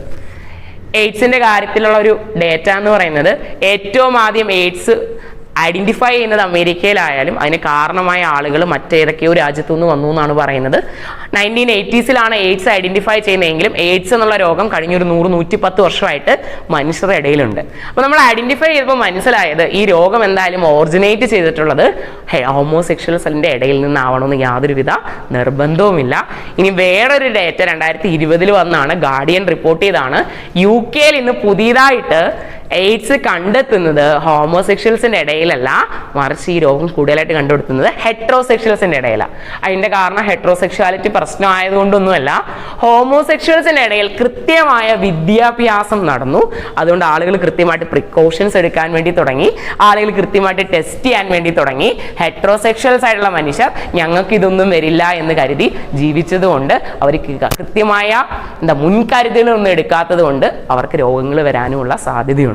അപ്പോൾ വീണ്ടും ഞാൻ പറയുന്നു, നമ്മൾ ഹോമോസെക്ഷുവാലിറ്റിനെയോ ക്യൂർ ജെൻഡർ ഐഡന്റിറ്റികളെയൊക്കെയോ പ്രോബ്ലമാറ്റിക് ആയിട്ട് മാറ്റുമ്പോൾ ആ മനുഷ്യർ, ഈ അപരവൽക്കരിക്കപ്പെടുന്ന മനുഷ്യന് മാത്രമല്ല പണി കിട്ടുന്നത്, ഈ പ്രശ്നം ഉണ്ടാക്കുന്ന മനുഷ്യന് കൂടിയാണ് പണി കിട്ടുന്നത്. അപ്പോൾ അതുകൊണ്ട് സ്യൂഡോ സയൻസിനോട് പറയാനുള്ള ഏക വഴി എന്ന് പറയുന്നത് നിങ്ങൾ പറയുന്നത് ശരിയല്ല, നിങ്ങൾ പറയുന്ന ഡേറ്റ ആരും ചെയ്യാത്ത ഏതൊക്കെയോ സ്റ്റഡിയിൽ നിന്ന് കോട്ട് മൈൻഡ് ചെയ്തെടുത്തതാണ്. കൃത്യമായിട്ടുള്ള ഡേറ്റ നമുക്ക് ലഭിക്കാൻ American psychiatric association, WHO, American psychological association പോലുള്ള ആളുകളുടെ വലിയ സ്റ്റഡീസ് ഉണ്ട്. അപ്പോൾ അതിനെ കൗണ്ടർ ചെയ്യുന്ന ഡേറ്റയൊന്നും ഇതുവരെ വന്നിട്ടില്ല. വരാനുള്ള സാധ്യതയും വളരെ വളരെ കുറവായിരിക്കും. ജെൻഡർ ന്യൂട്രൽ യൂണിഫോംസ്, അതായത് ബൈനറി ചിന്താഗതിയാണ്. ആണിനെയും പെണ്ണിനെയും കണ്ട പെട്ടെന്ന് തിരിച്ചറിയണമെന്ന് സൊസൈറ്റിക്ക് തോന്നുന്നത് കൊണ്ടാണ് ആണിന് ആണിൻ്റെ വസ്ത്രവും പെണ്ണിൻ്റെ വസ്ത്രവും കൊടുക്കുന്നത്. അങ്ങനെ തിരിച്ചറിയാൻ എളുപ്പത്തിൽ പറ്റുമായിരുന്നെങ്കിൽ വസ്ത്രത്തിൻ്റെ ആവശ്യമില്ല. ആണിനെയും പെണ്ണിനെയും ഇവർ പറയുന്ന രീതിയിൽ വളരെ എളുപ്പത്തിൽ തിരിച്ചറിയാൻ പറ്റുമെങ്കിൽ കുഞ്ഞുങ്ങളെ വളരെ സ്വാഭാവികമായിട്ടും സൊസൈറ്റി പറയുന്ന ആണും പെണ്ണുമായിട്ട് മാറുമായിരുന്നെങ്കിൽ അവരെ തരംതിരിക്കേണ്ട ആവശ്യമുണ്ടോ? ഇല്ല. നമുക്ക് തരംതിരിക്കാൻ ബുദ്ധിമുട്ടുള്ള കാര്യങ്ങളെയാണ് ഫോഴ്സ്ഫുള്ളി എന്തെങ്കിലുമൊക്കെ കാര്യങ്ങൾ ഇനാക്ട് ചെയ്തിട്ട് ചെയ്യുന്നത്. അപ്പം വസ്ത്രത്തിൻ്റെ കാര്യത്തിൽ പറയുകയാണെങ്കിൽ വസ്ത്രം എന്നത് ഫണ്ടമെൻ്റലി ഒരു വ്യക്തിയുടെ ചോയ്സ് ആവണമെന്നാണ് ഞാൻ കരുതുന്നത്. പക്ഷേ സ്കൂളുകളിൽ അത് എപ്പോഴും പ്രായോഗികമാവണമെന്ന് നമുക്ക് തോന്നുന്നില്ല. അപ്പം 2001 വന്നിട്ടുള്ള ഒരു ഒബ്സർവേഷനാണ്. അപ്പോൾ ആ ഒബ്സർവേഷൻ യുഎനിലെ കുട്ടികൾക്ക് വേണ്ടിയുള്ള വിഭാഗത്തെ, യുനെസ്കോ ആണെന്ന് തോന്നുന്നു, കുട്ടികളുടെ വേണ്ടിയുള്ള വിഭാഗത്തിൻ്റെ ഒരു ഒബ്സർവേഷൻ ആയിരുന്നു. ഡെവലപ്പിംഗ് രാജ്യങ്ങളിൽ, അതായത് ഇന്ത്യ ഉൾപ്പെടെയുള്ള ഡെവലപ്പിംഗ് രാജ്യങ്ങളിലെ പെൺകുട്ടികളുടെ വസ്ത്രം എന്ന് പറയുന്നത് വളരെ ലിമിറ്റിംഗ് ആണ്. അവരുടെ മൊബിലിറ്റീനെ വളരെയധികം ലിമിറ്റ് ചെയ്യുന്ന ഒരു വസ്ത്രമാണ്. സാരി ഒന്ന് ആലോചിച്ച് നോക്കിയേ, സാരി ഇട്ട് ഓടാനും സാരി ഇട്ട് കളിക്കാനും ഒക്കെ കുറച്ച് പാടാണ്.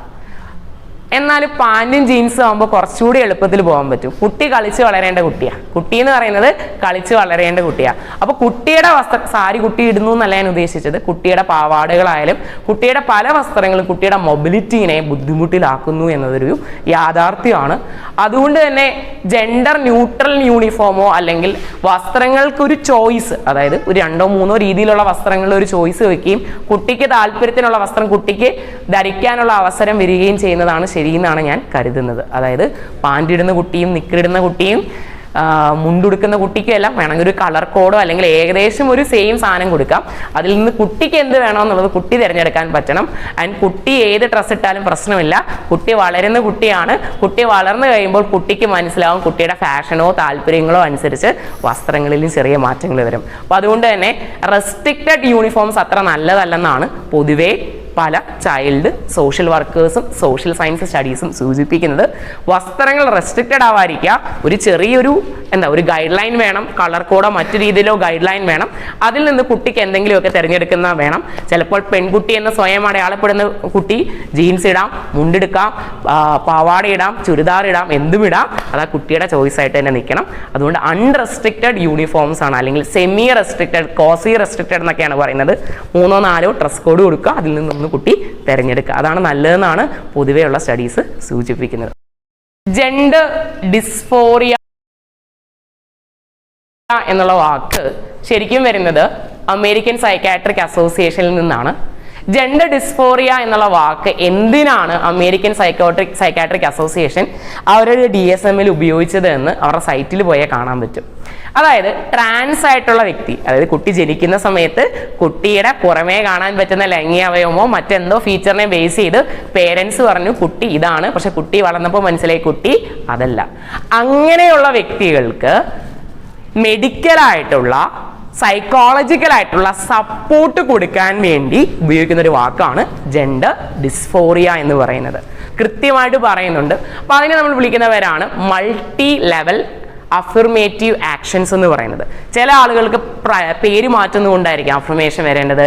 ചില ആളുകളെ സോഷ്യലി സപ്പോർട്ട് ചെയ്യുന്നതുകൊണ്ടായിരിക്കും അഫർമേഷൻ വേണ്ടത്. വളരെ ചുരുക്കം അല്ലെങ്കിൽ അത്ര ചുരുക്കമല്ലാത്ത ഒരു ഗ്രൂപ്പ് ആളുകൾക്ക് മെഡിക്കൽ ആയിട്ടുള്ള അഫർമേഷൻസ് ആവശ്യമാണ്.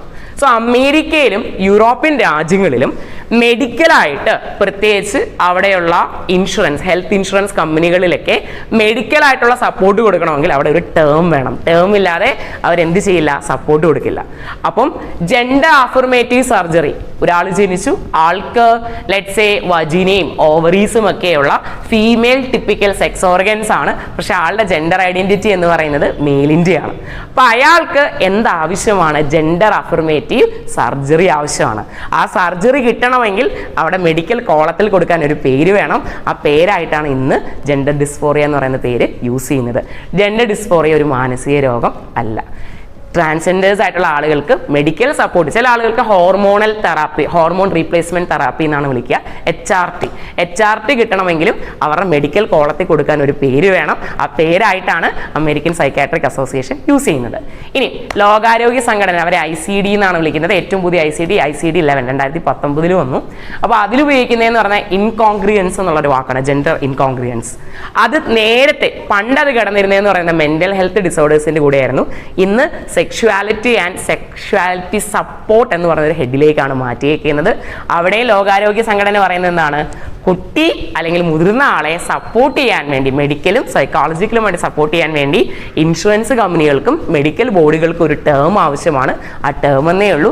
ഡിസ്ഫോറിയ എന്ന് പറയുന്നത് ബോഡി ഡിസ്ഫോറിയ എന്നൊക്കെ പറയും. ബോഡി ഡിസ്ഫോറിയ ഡിസോർഡർ എന്ന് പറഞ്ഞൊരു ഡിസോർഡർ ഉണ്ട്. അങ്ങനെയൊന്നുമല്ല. ആ വാക്ക് ഡിസ്ഫോറിയ ആണെങ്കിലും it's not a disease. Okay, എനിക്ക് മനസ്സിലായത് ഫാൾസ് ഐഡന്റിഫിക്കേഷൻ എന്താണെന്നാണ് ചോദിച്ചത്, അല്ലെങ്കിൽ അതിനെപ്പറ്റി എന്താണ് അഭിപ്രായം എന്നാണ് ചോദിച്ചത്. എനിക്ക് മനസ്സിലായ വെച്ച് ഞാനൊന്ന് സ്റ്റീൽമാൻ ചെയ്യാം. അതിനെപ്പറ്റി എന്താണ് എനിക്ക് മനസ്സിലായെന്ന് പറഞ്ഞ് അയാളുടെ ആർഗ്യുമെന്റിനെ ഞാനൊന്ന് പറയാം.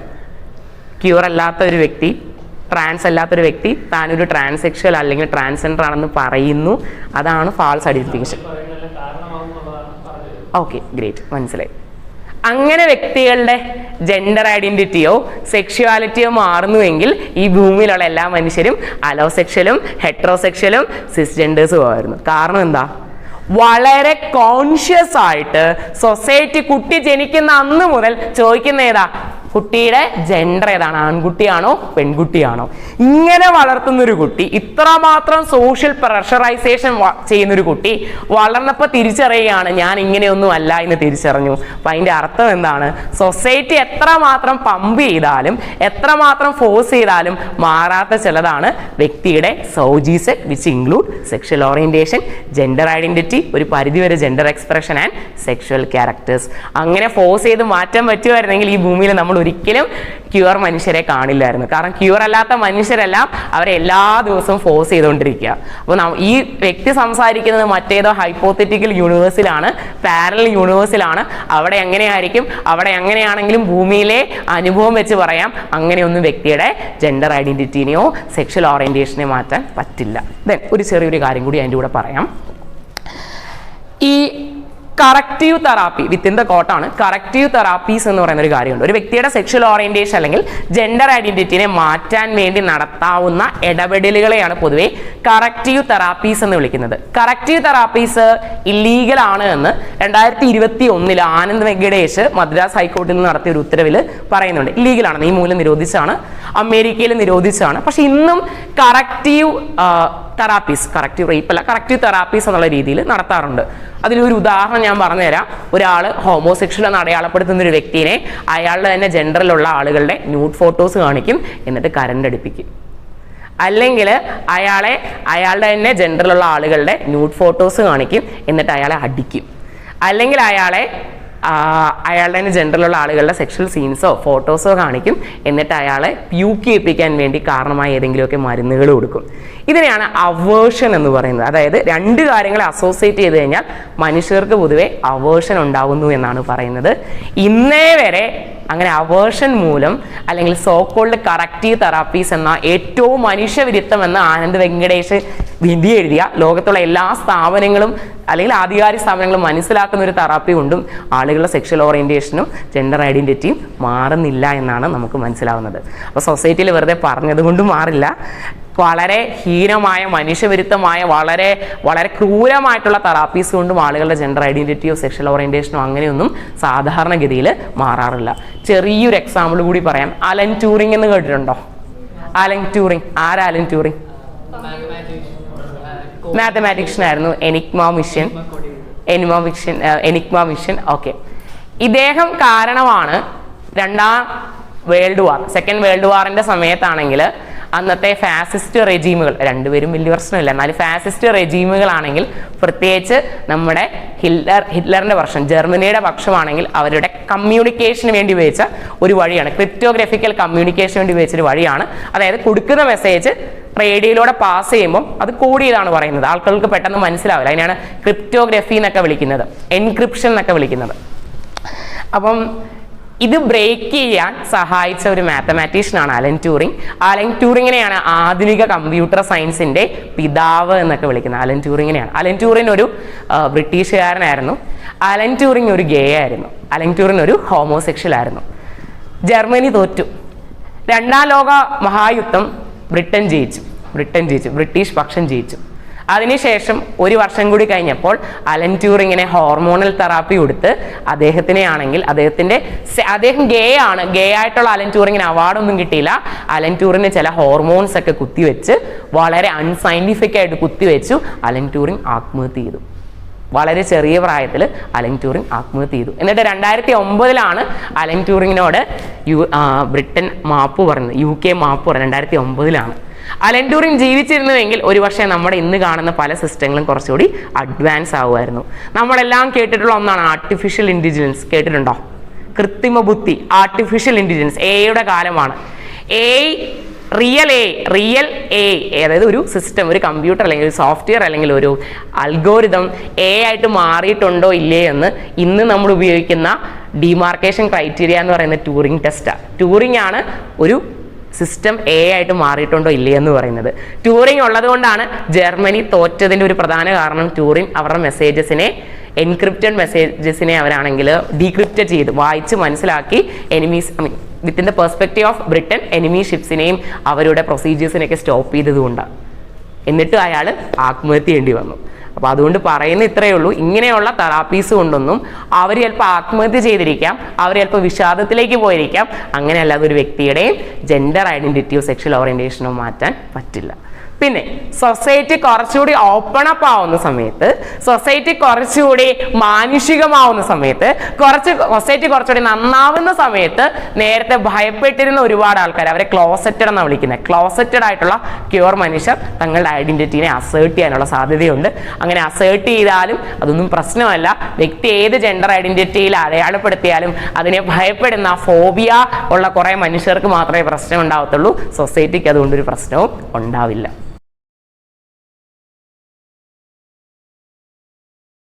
അങ്ങനെ വലിയ കോൺഫ്ലിക്റ്റിൻ്റെ ഒന്നും ആവശ്യമില്ല എന്നാണ് ഞാൻ കരുതുന്നത്. കാരണം ജെൻഡർ എന്നുള്ളൊരു വാക്കിനെ രണ്ടായിട്ടാണ് സോജിസെക്കിൽ പറയുന്നത്, gender identity and gender expression. ഞാനൊരു അനോളജി പറയാം, ഒരു ഉദാഹരണമാണ്. അനോളജി എന്ന് പറഞ്ഞു കഴിഞ്ഞാൽ കറക്റ്റ് ഇതുപോലെയാണെന്നല്ല, മനസ്സിലാക്കാൻ വേണ്ടി മാത്രം സഹായിക്കുന്ന ഒരു അനോളജിയാണ്. റെഡ് എന്നുള്ള നിറം കണ്ടാൽ മനസ്സിലാവുമോ? ചുമപ്പ് എന്നുള്ള നിറം കണ്ടു കഴിഞ്ഞാൽ മനസ്സിലാവുമോ? കണ്ടു കഴിഞ്ഞാൽ മനസ്സിലാവും. ചുമപ്പെന്ന് പറയുന്നത് ഒരു പ്രത്യേക വേവ് ലെന്തിലുള്ള ലൈറ്റാണ്. ഇലക്ട്രോ മാഗ്നറ്റിക് സ്പെക്ട്രത്തിൽ ഒരു പ്രത്യേക വേവ് ലെന്തിലുള്ള ലൈറ്റിനെ കാണുമ്പോൾ നമ്മുടെ ബ്രെയിൻ മനസ്സിലാക്കുന്ന നിറമാണ് ചുമന്ന നിറം, ചുമപ്പ് നിറം. റെഡ് എന്നുള്ള നിറം 1000 വർഷം മുമ്പ് എവിടെ ജീവിക്കണം? അമേരിക്കയിൽ ജീവിച്ച നേറ്റീവ് അമേരിക്കൻസിനും ചുമന്ന നിറമല്ലേ? ഇന്ന് നമുക്ക് എന്ത് നിറം തന്നെയാണ്? ചുമന്ന നിറമാണ്. സോ ചുമപ്പെന്നുള്ള നിറത്തിനെ മനസ്സിലാക്കുന്നതിലോ ചുമപ്പെന്നുള്ള നിറത്തിനെ നാം ഇൻറ്റേർണലി എക്സ്പീരിയൻസ് ചെയ്യുന്നതിലോ കാര്യമായ വ്യത്യാസമൊന്നും 1000 വർഷം കൊണ്ടോ 100 വർഷം കൊണ്ടോ 300 വർഷങ്ങൾ കൊണ്ടോ അമേരിക്കയിൽ വന്നാലോ ഇന്ത്യയിൽ വന്നാലോ ഒന്നും ഉണ്ടാവുകയില്ല. പക്ഷെ ചുമപ്പെന്നുള്ള നിറം കാണുന്ന ഒരു മലയാളിയുടെ മനസ്സിൽ പലതും വരും. കമ്മ്യൂണിസം വരും ചുമന്നുള്ള നിറം കാണുമ്പോൾ അപായ സിഗ്നലാണ്. വണ്ടി ഓടിക്കുന്ന സമയത്ത് അവിടെ ട്രാഫിക് ലൈറ്റ് ചുമപ്പായാൽ സ്റ്റോപ്പ് ചെയ്യണമെന്ന് കാണും. ചുമപ്പ് നീലയും കൂടി മാറി വന്നു കഴിഞ്ഞാൽ എന്തോ എമർജൻസിയാണ്, പോലീസ് വണ്ടിയോ ആംബുലൻസോ പോവുകയാണ് എന്ന് തോന്നും. ചുമപ്പെന്നുള്ള നിറത്തിൻ്റെ ആട്രിബ്യൂഷൻ സൊസൈറ്റി മാറുന്നതനുസരിച്ച് എന്ത് ചെയ്തിട്ടുണ്ട്? മാറിയിട്ടുണ്ട്. ചുമപ്പെന്നുള്ള നിറം മാറിയിട്ടില്ല. ചുമപ്പെന്നുള്ള നിറത്തിനെ മനസ്സിലാക്കാൻ സഹായിക്കുന്ന ബ്രെയിൻ്റെ സിസ്റ്റത്തിന് മാറ്റം വന്നിട്ടില്ല. ആ സ്പെക്ട്രത്തിൻ്റെ ലൈറ്റിന് യാതൊരു മാറ്റവും വന്നിട്ടില്ല. പക്ഷേ ചുമപ്പെന്നുള്ള നിറത്തിൻ്റെ meaning, attributions society മാറുന്നതനുസരിച്ച്, time മാറുന്നതനുസരിച്ച്, geography മാറുന്നതനുസരിച്ച് മാറാം. ഇതുപോലെയാണെന്നാണ് എനിക്ക് തോന്നുന്നത്. ജെൻഡർ ഐഡൻറ്റിറ്റി എന്ന് പറയുന്നതിന് എല്ലാ വ്യക്തികൾക്കും വളരെ ജൈവികമായിട്ട് തോന്നുന്ന, ഇൻറ്റേർണലായിട്ട് തോന്നുന്നൊരു തോന്നലാണ്. ആ തോന്നലിൻ്റെ പുറത്ത് എങ്ങനെ പ്രവർത്തിക്കണം എന്നത് സൊസൈറ്റിയാണ് ഒരു പരിധിവരെ തീരുമാനിക്കുന്നത്. ചില മനുഷ്യർ ആ സൊസൈറ്റി നിർമ്മിക്കുന്ന പരിധികളെയൊക്കെ മറികടന്ന് പോകാറുണ്ട്. എന്നാലും ഏറിയ പങ്കും സൊസൈറ്റിയാണ് ഡിക്റ്റേറ്റ് ചെയ്യുന്നത്. അങ്ങനെ ഡിക്റ്റേറ്റ് ചെയ്യുമ്പോഴത്തേന് ഫീമെയിലിൻ്റെ ഡ്രസ് കോഡിനെ പറ്റി പറയുന്നു, ജെൻഡർ റോളുകളെ പറ്റി സംസാരിക്കുന്നു, ജെൻഡർ നോംസിനെ പറ്റി സംസാരിക്കുന്നു. അതുകൊണ്ട് സോഷ്യൽ തിയറീസും ബയോളജിക്കൽ തിയറീസും തമ്മിൽ അങ്ങനെ വലിയ കോൺഫ്ലിക്റ്റ് ഉണ്ടെന്നല്ല. മാത്രമല്ല 2018 വന്നൊരു സ്റ്റഡി പബ്മെഡിൽ വായിക്കാൻ കിട്ടും. അതാണെങ്കിൽ ജെൻഡർ ഐഡൻറ്റിറ്റിയുമായിട്ട് ബന്ധപ്പെട്ട ഒരു റിവ്യൂ പേപ്പറായിരുന്നു, ബയോളജിക്കൽ റിവ്യൂ പേപ്പറായിരുന്നു. അതിൽ കൊടുക്കുന്ന മോഡൽ എന്ന് പറയുന്നത് മൾട്ടി ഫാക്ടോറിയൽ മോഡലാണ് ജെൻഡറുമായിട്ട് ബന്ധപ്പെട്ട് പറയുന്നത്. ജെൻഡറിൻ്റെ അകത്ത് തീർച്ചയായിട്ടും ജെനറ്റിക്കലായിട്ടുള്ള ഒരു കോമ്പണൻ്റ് ഉണ്ട്. അതായത് നമ്മുടെ 46 ക്രോമസോംസിൽ നിയമിക്കപ്പെട്ടിട്ടുള്ള ജനിതക information, DNA information റോളുണ്ട്. DNA RNA ഉണ്ടാക്കും, RNA പ്രോട്ടീനെ ഉണ്ടാക്കും. ഈ പ്രോട്ടീനുകളാണ് നമ്മുടെ ബ്രെയിൻ എങ്ങനെ ഇരിക്കുന്നു, നമ്മുടെ കണ്ണെങ്ങനെ ഇരിക്കുന്നു, ചെവി എങ്ങനെ ഇരിക്കുന്നു എന്നൊക്കെ തീരുമാനിക്കുന്നത്. ഈ പ്രോട്ടീനുകൾ രൂപപ്പെടുന്നതിനെ വിളിക്കുന്ന പേരാണ് ജീനിൻ്റെ എക്സ്പ്രഷൻ. ജീനിൻ്റെ എക്സ്പ്രഷനെ തീരുമാനിക്കുന്ന അതർ ഫാക്ടേഴ്സിനെ വിളിക്കുന്ന പേരാണ് ജനിതക ഫാക്ടേഴ്സ് അല്ലെങ്കിൽ എപ്പിജെനറ്റിക് ഫാക്ടേഴ്സ്. എപ്പിജെനറ്റിക് ഫാക്ടേഴ്സിനും ഒരാളുടെ ജെൻഡർ ഐഡൻറ്റിറ്റിയിൽ റോളുണ്ട് എന്നാണ് പറയുന്നത്. അപ്പോൾ DNA റോളുണ്ട്. DNA എങ്ങനെ എക്സ്പ്രസ് ചെയ്യുന്നു എന്നതിനെ തീരുമാനിക്കുന്ന എപ്പിജെനറ്റിക് ഫാക്ടേഴ്സിനും റോളുണ്ട്. ദെൻ നമ്മൾ ജനിക്കുന്നതിന് മുമ്പ് ആരായിരുന്നു? ഒരു മനുഷ്യക്കുഞ്ഞ് ജനിക്കുന്നതിന് മുമ്പ് ആരായിരുന്നു? ഭ്രൂണമായിരുന്നു, എംബ്രിയോ ആയിരുന്നു. എംബ്രിയോ വളരുന്ന യൂട്രസിലാണ്. ഗർഭപാത്രത്തിലാണ്. യൂട്രസിൽ എംബ്രിയോ വളരുന്ന സമയത്ത്, എംബ്രിയോണിക് ഗ്രോത്തിൻ്റെ സമയത്ത് ആ യൂട്രസിലുള്ള ഫാക്ടേഴ്സിന് പലപ്പോഴും നമ്മൾ പല സ്റ്റഡീസിലും ബയോളജിക്കൽ സ്റ്റഡീസിലും ജെൻഡർ ഐഡൻറ്റിറ്റിയിൽ എക്സ്റ്റേണൽ ഫാക്ടേഴ്സ് ഉണ്ടെന്ന് പറഞ്ഞാൽ കുട്ടി ജനിച്ചു കഴിഞ്ഞാൽ നാട്ടുകാർ പറയുന്ന എക്സ്റ്റേണൽ ഫാക്ടേഴ്സ് അല്ല അവിടെ ഉദ്ദേശിക്കുന്നത്. എംബ്രിയോ വളരുന്ന സമയത്ത് എംബ്രിയോയിൽ സംഭവിക്കുന്ന, ഭ്രൂണത്തിൽ സംഭവിക്കുന്ന ഏതെങ്കിലുമൊക്കെ ബയോ കെമിക്കൽസോ ഏതെങ്കിലുമൊക്കെ ഹോർമോൺസിൻ്റെയൊക്കെയോ സ്വാധീനമാണ്. അപ്പോൾ യൂട്രൈൻ ഫാക്ടേഴ്സ് ഉണ്ട്, ജെനറ്റിക് ഫാക്ടേഴ്സ് ഉണ്ട്, എപ്പിജെനറ്റിക് ഫാക്ടേഴ്സ് ഉണ്ട്, യൂട്രൈൻ ഫാക്ടേഴ്സ് ഉണ്ട്. ദെൻ കുട്ടിയുടെ ബ്രെയിൻ ഡെവലപ്മെൻറ്റ്, അതിനെയാണ് നമ്മൾ അനാട്ടോമിക്കൽ ഫാക്ടേഴ്സ് എന്ന് വിളിക്കുന്നത്. ബ്രെയിൻ്റെ ഡെവലപ്മെൻറ്റുമായിട്ട് ബന്ധപ്പെട്ട ഫാക്ടേഴ്സ് ഉണ്ട്. ദെൻ കുട്ടി തീരെ ചെറുതായിരിക്കുന്ന സമയത്ത്, ഒന്നെങ്കിൽ എംബ്രിയോ ആയിരിക്കുന്ന സമയത്തോ വളരെ ചെറിയ പ്രായത്തിലോ ഉള്ള നമ്മുടെ ബോഡിയിലെ ഹോർമോണുകൾക്ക് റോളുണ്ട്. ഒരു പ്രായം കഴിഞ്ഞ് കഴിഞ്ഞാൽ ജെൻഡർ ഐഡൻറ്റിറ്റിയിൽ ഹോർമോൺസിന് വലിയ റോളില്ലെന്നാണ് നമ്മൾ മനസ്സിലാക്കുന്നത്. വളരെ ചെറിയ പ്രായത്തിലോ അല്ലെങ്കിൽ എംബ്രിയോണിക് പീരീഡിലോ ഹോർമോൺസിനും റോളുണ്ട്.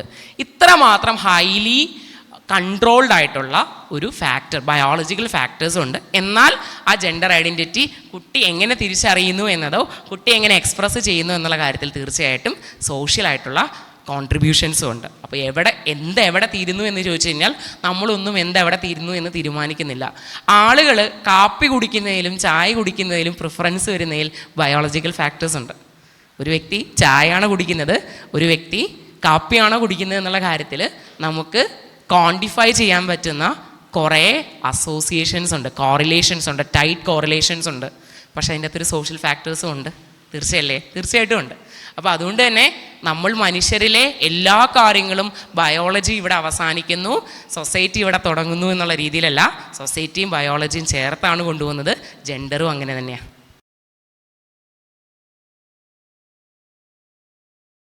ബൈസെക്ഷൽ എന്നുള്ള വാക്ക് പൊതുവെ ഉദ്ദേശിക്കുന്നത് ഒരു മെയിലിന് ഫീമെയിൽ എന്ന് അടയാളപ്പെടുത്തുന്ന ഒരാളോട് മാത്രമല്ലാതെയും ഒരു ഫീമെയിലിന് മെയിൽ എന്ന് അടയാളപ്പെടുത്തുന്ന ആളോട് മാത്രമല്ലാതെയും അല്ലെങ്കിൽ മറ്റേതെങ്കിലും ഒരു ജെൻഡർ ക്യൂർ ഐഡൻറ്റിറ്റിയിലുള്ള മെയിലെന്നോ ഫീമെയിലെന്നോ അല്ലാത്തൊരു ജെൻഡർ ഐഡൻറ്റിറ്റിയുള്ള ഒരാൾക്ക് ഒന്നിലധികം ജെൻഡേഴ്സിനോട് തോന്നുന്ന അട്രാക്ഷനെ വിളിക്കുന്ന പേരാണ് ബൈസെക്ഷുവാലിറ്റി. ഒന്നിലധികം ജെൻഡേഴ്സിനോട് തോന്നുന്ന സെക്ഷുവൽ അട്രാക്ഷനെ വിളിക്കുന്ന പേരാണ് ബൈസെക്ഷുവാലിറ്റി. ഈ ബൈസെക്ഷുവാലിറ്റീനെ തന്നെ പല രീതിയിൽ ക്ലാസിഫൈ ചെയ്യാറുണ്ട്. ചില ആൾക്കാർക്ക് ഒന്നിലധികം ആളുകളോട് സെക്ഷുവൽ അട്രാക്ഷൻ തോന്നുമ്പോൾ റിസീവിങ് എൻഡിലുള്ള ആളുടെ ജെൻഡർ അയാൾ പരിശോധിക്കാറുണ്ട്. എനിക്ക് മെയിലിനോടും തോന്നും, ഫീമെയിലിനോടും തോന്നും, ക്യൂറിനോടും തോന്നുന്നു. പക്ഷേ അവരുടെ ജെൻഡർ എക്സ്പീരിയൻസിനെ ഞാൻ വാലിഡേറ്റ് ചെയ്യുന്നുണ്ട്. എനിക്ക് മെയിലിനോട് തോന്നുന്ന സെക്ഷൽ അട്രാക്ഷൻ അല്ല ഫീമെയിലിനോട് തോന്നുന്നത്, ഫീമെയിലിനോട് തോന്നുന്നതല്ല മറ്റേതെങ്കിലും ജെൻഡർ ക്യൂർ ഐഡൻറ്റിറ്റിയിലുള്ളത്. അതനുസരിച്ച് ബൈസെക്ഷുവാലിറ്റീനെ അങ്ങനെ പ്രത്യേകിച്ച് ക്രൈറ്റീരിയ ഒന്നുമില്ലെങ്കിൽ അതിനെ പാൻസെക്ഷുവാലിറ്റി എന്ന് വിളിക്കും. അതായത് എനിക്ക് സെക്ഷൽ അട്രാക്ഷൻ തോന്നുന്ന വ്യക്തിയുടെ എനിക്ക് പ്രസക്തമല്ല, ജെൻഡർ ഐഡൻറ്റിറ്റി എനിക്ക് പ്രസക്തമല്ല, അതാണെങ്കിൽ പാൻസെക്ഷുവാലിറ്റി. ഇനിയും ഒന്നിലധികം ജെൻഡർ ഐഡൻറ്റിറ്റി ഉള്ള ആളുകളോട് എനിക്ക് സെക്ഷൽ അട്രാക്ഷൻ തോന്നുന്നു, അവരുടെ എല്ലാ ജെൻഡർ ഐഡൻറ്റിറ്റി ഞാൻ പരിഗണിക്കുന്നുണ്ട്, എന്നിട്ടും ഇതെല്ലാം തോന്നുന്നുവെങ്കിൽ അത് ബൈസെക്ഷൽ സ്പെക്ട്രത്തിലാണ് പൊതുവെ പറയുന്നത്. ക്ലിയർ ആണോ? ഓക്കെ. ഒന്നാമത്തെ കാര്യം, പെഡോഫീലിയനെ ആരും ഒരു ജെൻഡർ മൈനോറിറ്റി ആയിട്ടോ സെക്ഷൽ മൈനോറിറ്റി ആയിട്ടോ പരിഗണിക്കുന്നില്ല എന്നതാണ്. ഒരു പെഡോഫീലിയ എന്നത് നിലവിലുള്ള എല്ലാ സ്റ്റഡീസും നിലവിലുള്ള മനുഷ്യൻ്റെ ഇതുവരെ ആർജിച്ച എല്ലാ അറിവുകളും സൂചിപ്പിക്കുന്നത് പെഡോഫീലിയ എന്ന് പറയുന്ന ഒരു പാരഫീലിക് ഡിസോർഡർ ആണെന്നാണ്. അതൊരു മനോവൈകൃതമാണ് എന്നാണ് ഇതുവരെയുള്ള എല്ലാ സ്റ്റഡീസും എല്ലാ റിസർച്ചും സൂചിപ്പിക്കുന്നത്. ഇനിയും അബ്സല്യൂട്ട് നമ്പറിലാണ് പറയുന്നതെങ്കിൽ ലോകത്തെ ഹെട്രോസെക്ഷൽസ് ആണ് ഏറിയ പങ്കും പെഡോഫീലിക് ഡിസോർഡറിന് വിധേയമാവുന്നത്. അപ്പോൾ നിങ്ങൾ ഒരിക്കലും ഒരു ജെൻഡർ മൈനോറിറ്റിയിലോ സെക്ഷൽ മൈനോറിറ്റിയിലുള്ള വ്യക്തിയോടല്ല ചോദിക്കേണ്ടത് നിങ്ങളെന്തേ പെഡോഫീലിയെ കൂട്ടുന്നു എന്ന്. നിങ്ങൾ ചോദിക്കേണ്ടത് ഭൂരിപക്ഷ ലൈംഗിക സ്വത്വമെന്ന് സ്വയം അടയാളപ്പെടുത്തുന്ന വ്യക്തികളിലാണ്. അതാണ് ഒന്നാമത്തെ കാരണം. കുട്ടിയോട് മുതിർന്ന ഒരാൾക്ക് സെക്ഷൽ അട്രാക്ഷൻ തോന്നാൻ പാടില്ല. സെക്ഷൽ അട്രാക്ഷൻ തോന്നുന്നത് പെഡോഫീലിയ എന്ന് പറയുന്ന പെഡോഫീലിയ എന്ന പാരഫീലിക് ഡിസോർഡർ ആണ് എന്ന് പറഞ്ഞു. ഇനി അങ്ങനെ തോന്നിയാൽ അയാൾ നേടേണ്ട കാര്യം ചികിത്സയാണ്, സപ്പോർട്ടാണ്. അത് നേടുന്നില്ല എങ്കിൽ ചിലപ്പോൾ അയാൾ ഒരു ക്രിമിനലായിട്ട് മാറുന്നു. അതിനെ വിളിക്കുന്ന പേരാണ് ചൈൽഡ് സെക്ഷൽ അബ്യൂസ്, CSA. കുട്ടിയോട് നേരെയുള്ള മുതിർന്ന ഒരാളുടെ ഏതൊരു ഇടപെടലും ഒരു ക്രിമിനലിൻ്റെയാണ്, അല്ലേ? ഒരു ക്രൈമാണ്. ക്രിമിനൽ അല്ലാതെ ഒരിക്കലും ഒരു മുതിർന്ന ഒരാൾക്ക് ഒരു കുട്ടീനെ ഒരു രീതിയിലും സെക്ഷുവലി അപ്രോച്ച് ചെയ്യാൻ പറ്റില്ല, അങ്ങനെ പാടില്ല എന്നതാണ് വസ്തുത. ലോകത്ത് ചൈൽഡ് സെക്ഷൽ അബ്യൂസിൽ ഇടപെട്ടിട്ടുള്ള ആളുകളിൽ ഒരുപാട് സ്റ്റഡീസ് നടന്നിട്ടുണ്ട്. അതിൽ ആൺകുട്ടികളെ സെക്ഷുവലി അബ്യൂസ് ചെയ്തിട്ടുള്ള പുരുഷന്മാരായിട്ടുള്ള ആളുകളുണ്ട്, ആൺകുട്ടികളെ സെക്ഷുവലി അബ്യൂസ് ചെയ്തിട്ടുള്ള പുരുഷന്മാരായിട്ടുള്ള ആളുകളുണ്ട്. അവരിലും സ്റ്റഡി നടത്തിയിട്ടുണ്ട്. അപ്പോൾ അവരും ഏറിയ പങ്കും ഹെട്രോസെക്ഷൽസാണ്. മോർ ദാൻ 50% ഫ്രോണ്ടിയസ് എന്ന് പറയുന്ന ജേണലിൽ വന്ന സ്റ്റഡിയാണ്, 2015-16 വന്ന സ്റ്റഡിയാണ്. അതിൽ പറയുന്നത് ആൺകുട്ടികളെ സെക്ഷുവലി അബ്യൂസ് ചെയ്തിട്ടുള്ള കൺവിക്റ്റഡ് ആയിട്ടുള്ള മെയിൽസ് ഏറിയ പങ്കും ഹെട്രോസെക്ഷൽസ് ആണ്. അപ്പോൾ രണ്ടാണ്, ഹെട്രോസെക്ഷുവാലിറ്റിയും കുട്ടിയുടെ നേരെയുള്ള അബ്യൂസും രണ്ടും. അതെന്താ അങ്ങനെ? പലപ്പോഴും കുട്ടിക്ക് നേരെ നടത്തുന്ന ലൈംഗിക അക്രമം എന്ന് പറയുന്നത് കുട്ടി ഒരു ഈസി ടാർഗറ്റ് ആയതുകൊണ്ടാണ്. കുട്ടീനെ മാനിപ്പുലേറ്റ് ചെയ്യാൻ പറ്റുന്നത് കൊണ്ടാണ്, കുട്ടിയുടെ മേളിൽ അധികാരം ഉപയോഗിക്കാൻ പറ്റുന്നത് കൊണ്ടാണ്. പവർ ഡൈനമിക്സിൻ്റെ പ്രശ്നമുണ്ട്, കുട്ടി ഈസി ടാർഗറ്റ് ആവുന്നതിൻ്റെ പ്രശ്നമുണ്ട്, കുട്ടീനെ മാനിപ്പുലേറ്റ് ചെയ്യാമെന്നുള്ളൊരു തെറ്റിദ്ധാരണയുണ്ട്. ആൻഡ് സൊസൈറ്റിയിൽ കാലങ്ങളായിട്ട് ഇത്തരത്തിൽ അധികാരപക്ഷത്ത് പലപ്പോഴും സെക്ഷൽ അബ്യൂസൊക്കെ കണ്ടാൽ അറിയാം, അധ്യാപകരോ ഏതെങ്കിലുമൊക്കെ മതസ്ഥാപനങ്ങളിൽ വർക്ക് ചെയ്യുന്നവരോ അല്ലെങ്കിൽ കുട്ടിയുമായിട്ട് ഈസിലി ടാർഗറ്റ് ചെയ്യുന്ന ഏതെങ്കിലും ജോലികളിലായിരിക്കുന്നവരോ ഒക്കെയാണ്. നമ്മൾ നോർമലി എക്സ്പെക്റ്റ് ചെയ്യാത്ത ആൾക്കാരാണ് പലപ്പോഴും ചൈൽഡ് സെക്ഷൽ അബ്യൂസ് ചെയ്യുന്നത്. കുട്ടിയുമായിട്ട് പവർ ഡൈനമിക്സിൽ മേറി നിൽക്കുന്ന ആളാണ്. ആൻഡ് ഇതുവരെയുള്ള ചരിത്രം നമ്മളോട് സൂചിപ്പിക്കുന്നത് സൊസൈറ്റി എന്ന് പറയുന്നത് ക്യൂറോഫോബിക് ആയതുകൊണ്ട് പവർ ഡൈനമിക്സിൽ ഏറി നിന്ന ആളുകളും ഹെട്രോസെക്ഷൽസ് ആണ്. അപ്പോൾ കുട്ടിയെ ഈസി ടാർഗറ്റ് ആയതുകൊണ്ട് കുട്ടിയുടെ ജെൻഡറോ കുട്ടിയുടെ ജെൻഡർ ഫോർമേഷനോ പരിഗണിക്കാതെ കുട്ടീനെ അബ്യൂസ് ചെയ്യുകയാണ് ചെയ്യുന്നത്. റീപ്ലേസ്മെൻറ്റ് തിയറി എന്ന് പറയുന്നൊരു തിയറിയുണ്ട്. അതായത് ഒരു ആൺകുട്ടി എന്ന് പറയുമ്പോൾ തന്നെ അതൊരു കൊച്ചുകുട്ടിയാണ്. കൊച്ചുകുട്ടിക്ക് ആണെന്നോ പെണ്ണെന്നോ ഉള്ള സെക്കൻഡറി സെക്ഷൽ ക്യാരക്ടേഴ്സ് ഒന്നും കാണില്ല. അപ്പോൾ അതുകൊണ്ട് ആൺകുട്ടീനെ അബ്യൂസ് ചെയ്യുന്ന ആളും അത് ആൺകുട്ടി ആയതുകൊണ്ട് അബ്യൂസ് ചെയ്യുന്നതാവണമെന്ന് നിർബന്ധമില്ല. അയാൾക്ക് ആ കുട്ടി ഈസി ടാർഗറ്റായി മാറിയത് കൊണ്ടാണ് കുട്ടീനെ അബ്യൂസ് ചെയ്യുന്നത്. അപ്പം പെഡോഫീലിയെയും ചൈൽഡ് സെക്ഷൽ അബ്യൂസിനെയും നിലവിലുള്ള ഒരു സ്റ്റഡി വെച്ചും നിലവിൽ മനുഷ്യൻ ആർജിച്ച ഒരു അറിവ് വെച്ചും ഓവർലാപ്പ് ചെയ്ത് ഹോമോസെക്ഷാലിറ്റിയുടെ കൂടെയോ മറ്റേതെങ്കിലും ജെൻഡർ മൈനോറിറ്റിയുടെ കൂടെയോ കൂട്ടാൻ പറ്റുകയില്ല. ഡേറ്റ സൂചിപ്പിക്കുന്നില്ല, റിയാലിറ്റി സൂചിപ്പിക്കുന്നില്ല. അതാണ് ഒന്നാമത്തെ കാര്യം. രണ്ടാമതായിട്ട് എന്നോട് ചോദിച്ചത് ആളുകൾ സ്വയം മനുഷ്യനല്ലാതെ ഐഡൻറ്റിഫൈ ചെയ്യത്തില്ലേ എന്നാ. ചെയ്യട്ടെ എന്നേ, അതിനിപ്പോൾ എന്താ? ആ ചോദ്യത്തിന് ഞാൻ എന്തിനാ ഉത്തരം പറയേണ്ടത്? ആ ചോദ്യത്തിന് ഉത്തരം ഒരു ജെൻഡർ മൈനോറിറ്റി അല്ല. കാരണം ഹെട്രോസെക്ഷുവാലിറ്റി അല്ലെങ്കിൽ അലോസെക്ഷുവാലിറ്റി അല്ലെങ്കിൽ സിസ്ജെൻഡറിസവും ഈ പറയുന്ന സ്വയം ഡോഗായിട്ട് ഐഡൻറ്റിഫൈ ചെയ്യുന്നതുമായിട്ട് എന്ത് ബന്ധമുണ്ടോ അത്രമാത്രം ബന്ധമേ മറ്റേത് ജെൻഡർ സെക്ഷൽ മൈനോറിറ്റിക്കും ഉള്ളൂ. അതായത് ഹെട്രോസെക്ഷലിനോട് ഒരാൾ ഡോഗായിട്ട് ഐഡൻറ്റിഫൈ ചെയ്യുന്നതിൽ എന്താണ് അഭിപ്രായം എന്ന് ചോദിക്കുന്ന ആ ബന്ധം മാത്രമേ ഹോമോസെക്ഷലിനോട് ചോദിക്കുന്നതിലും ഉള്ളൂ. സിസ്ജെൻഡറിനോട് എന്തുകൊണ്ട് ചില ആളുകൾ ഡോഗായിട്ട് ഐഡൻറ്റിഫൈ ചെയ്യുന്നു എന്ന് ചോദിക്കുന്ന ബന്ധമേ ട്രാൻസ്ജെൻഡറിനോട് ചോദിക്കുമ്പോഴും ഉള്ളൂ. അലോസെക്ഷലിനോട് എന്തുകൊണ്ട് ഒരാൾ ഡോഗായിട്ട് ഐഡൻറ്റിഫൈ ചെയ്യുന്നു എന്ന് ചോദിക്കുമ്പോഴുള്ള ബന്ധമേ എസെക്ഷലിനോട് ചോദിക്കുമ്പോഴും ഉള്ളൂ. രണ്ടും തമ്മിൽ ഒരു ബന്ധവും ഇല്ല. ഇനി ഫറി ഗ്രൂപ്പുകൾ എന്ന് പറഞ്ഞൊരു ഗ്രൂപ്പുണ്ട്. ഫറി, FURY, ഫറി എന്ന് പറയുന്നത് സെക്ഷൽ ഫാൻറ്റസിയുടെ പുറത്താണ്. അതായത് താങ്കൾ നോൺ ഹ്യൂമൻ ആനിമൽ ആണ് എന്നൊക്കെ പറഞ്ഞ് നടക്കുന്ന ഫാൻറ്റസി താല്പര്യമുള്ള ഗ്രൂപ്പുണ്ട് ഫറി കമ്മ്യൂണിറ്റി. ഒരു സെക്ഷൽ ഫാൻറ്റസി കമ്മ്യൂണിറ്റിയാണ്. പക്ഷേ വ്യക്തിയുടെ ജെൻഡർ ഐഡൻറ്റിറ്റിയും സെക്ഷൽ ഓറിയൻറ്റേഷനും സെക്ഷൽ ക്യാരക്ടേഴ്സും ഫാൻറ്റസി അല്ല, അത് അവരുടെ ലിവ്ഡ് എക്സ്പീരിയൻസ് ആണ്. ദർ ഇസ് നോ ബന്ധം വൺസ് അഗെയിൻ.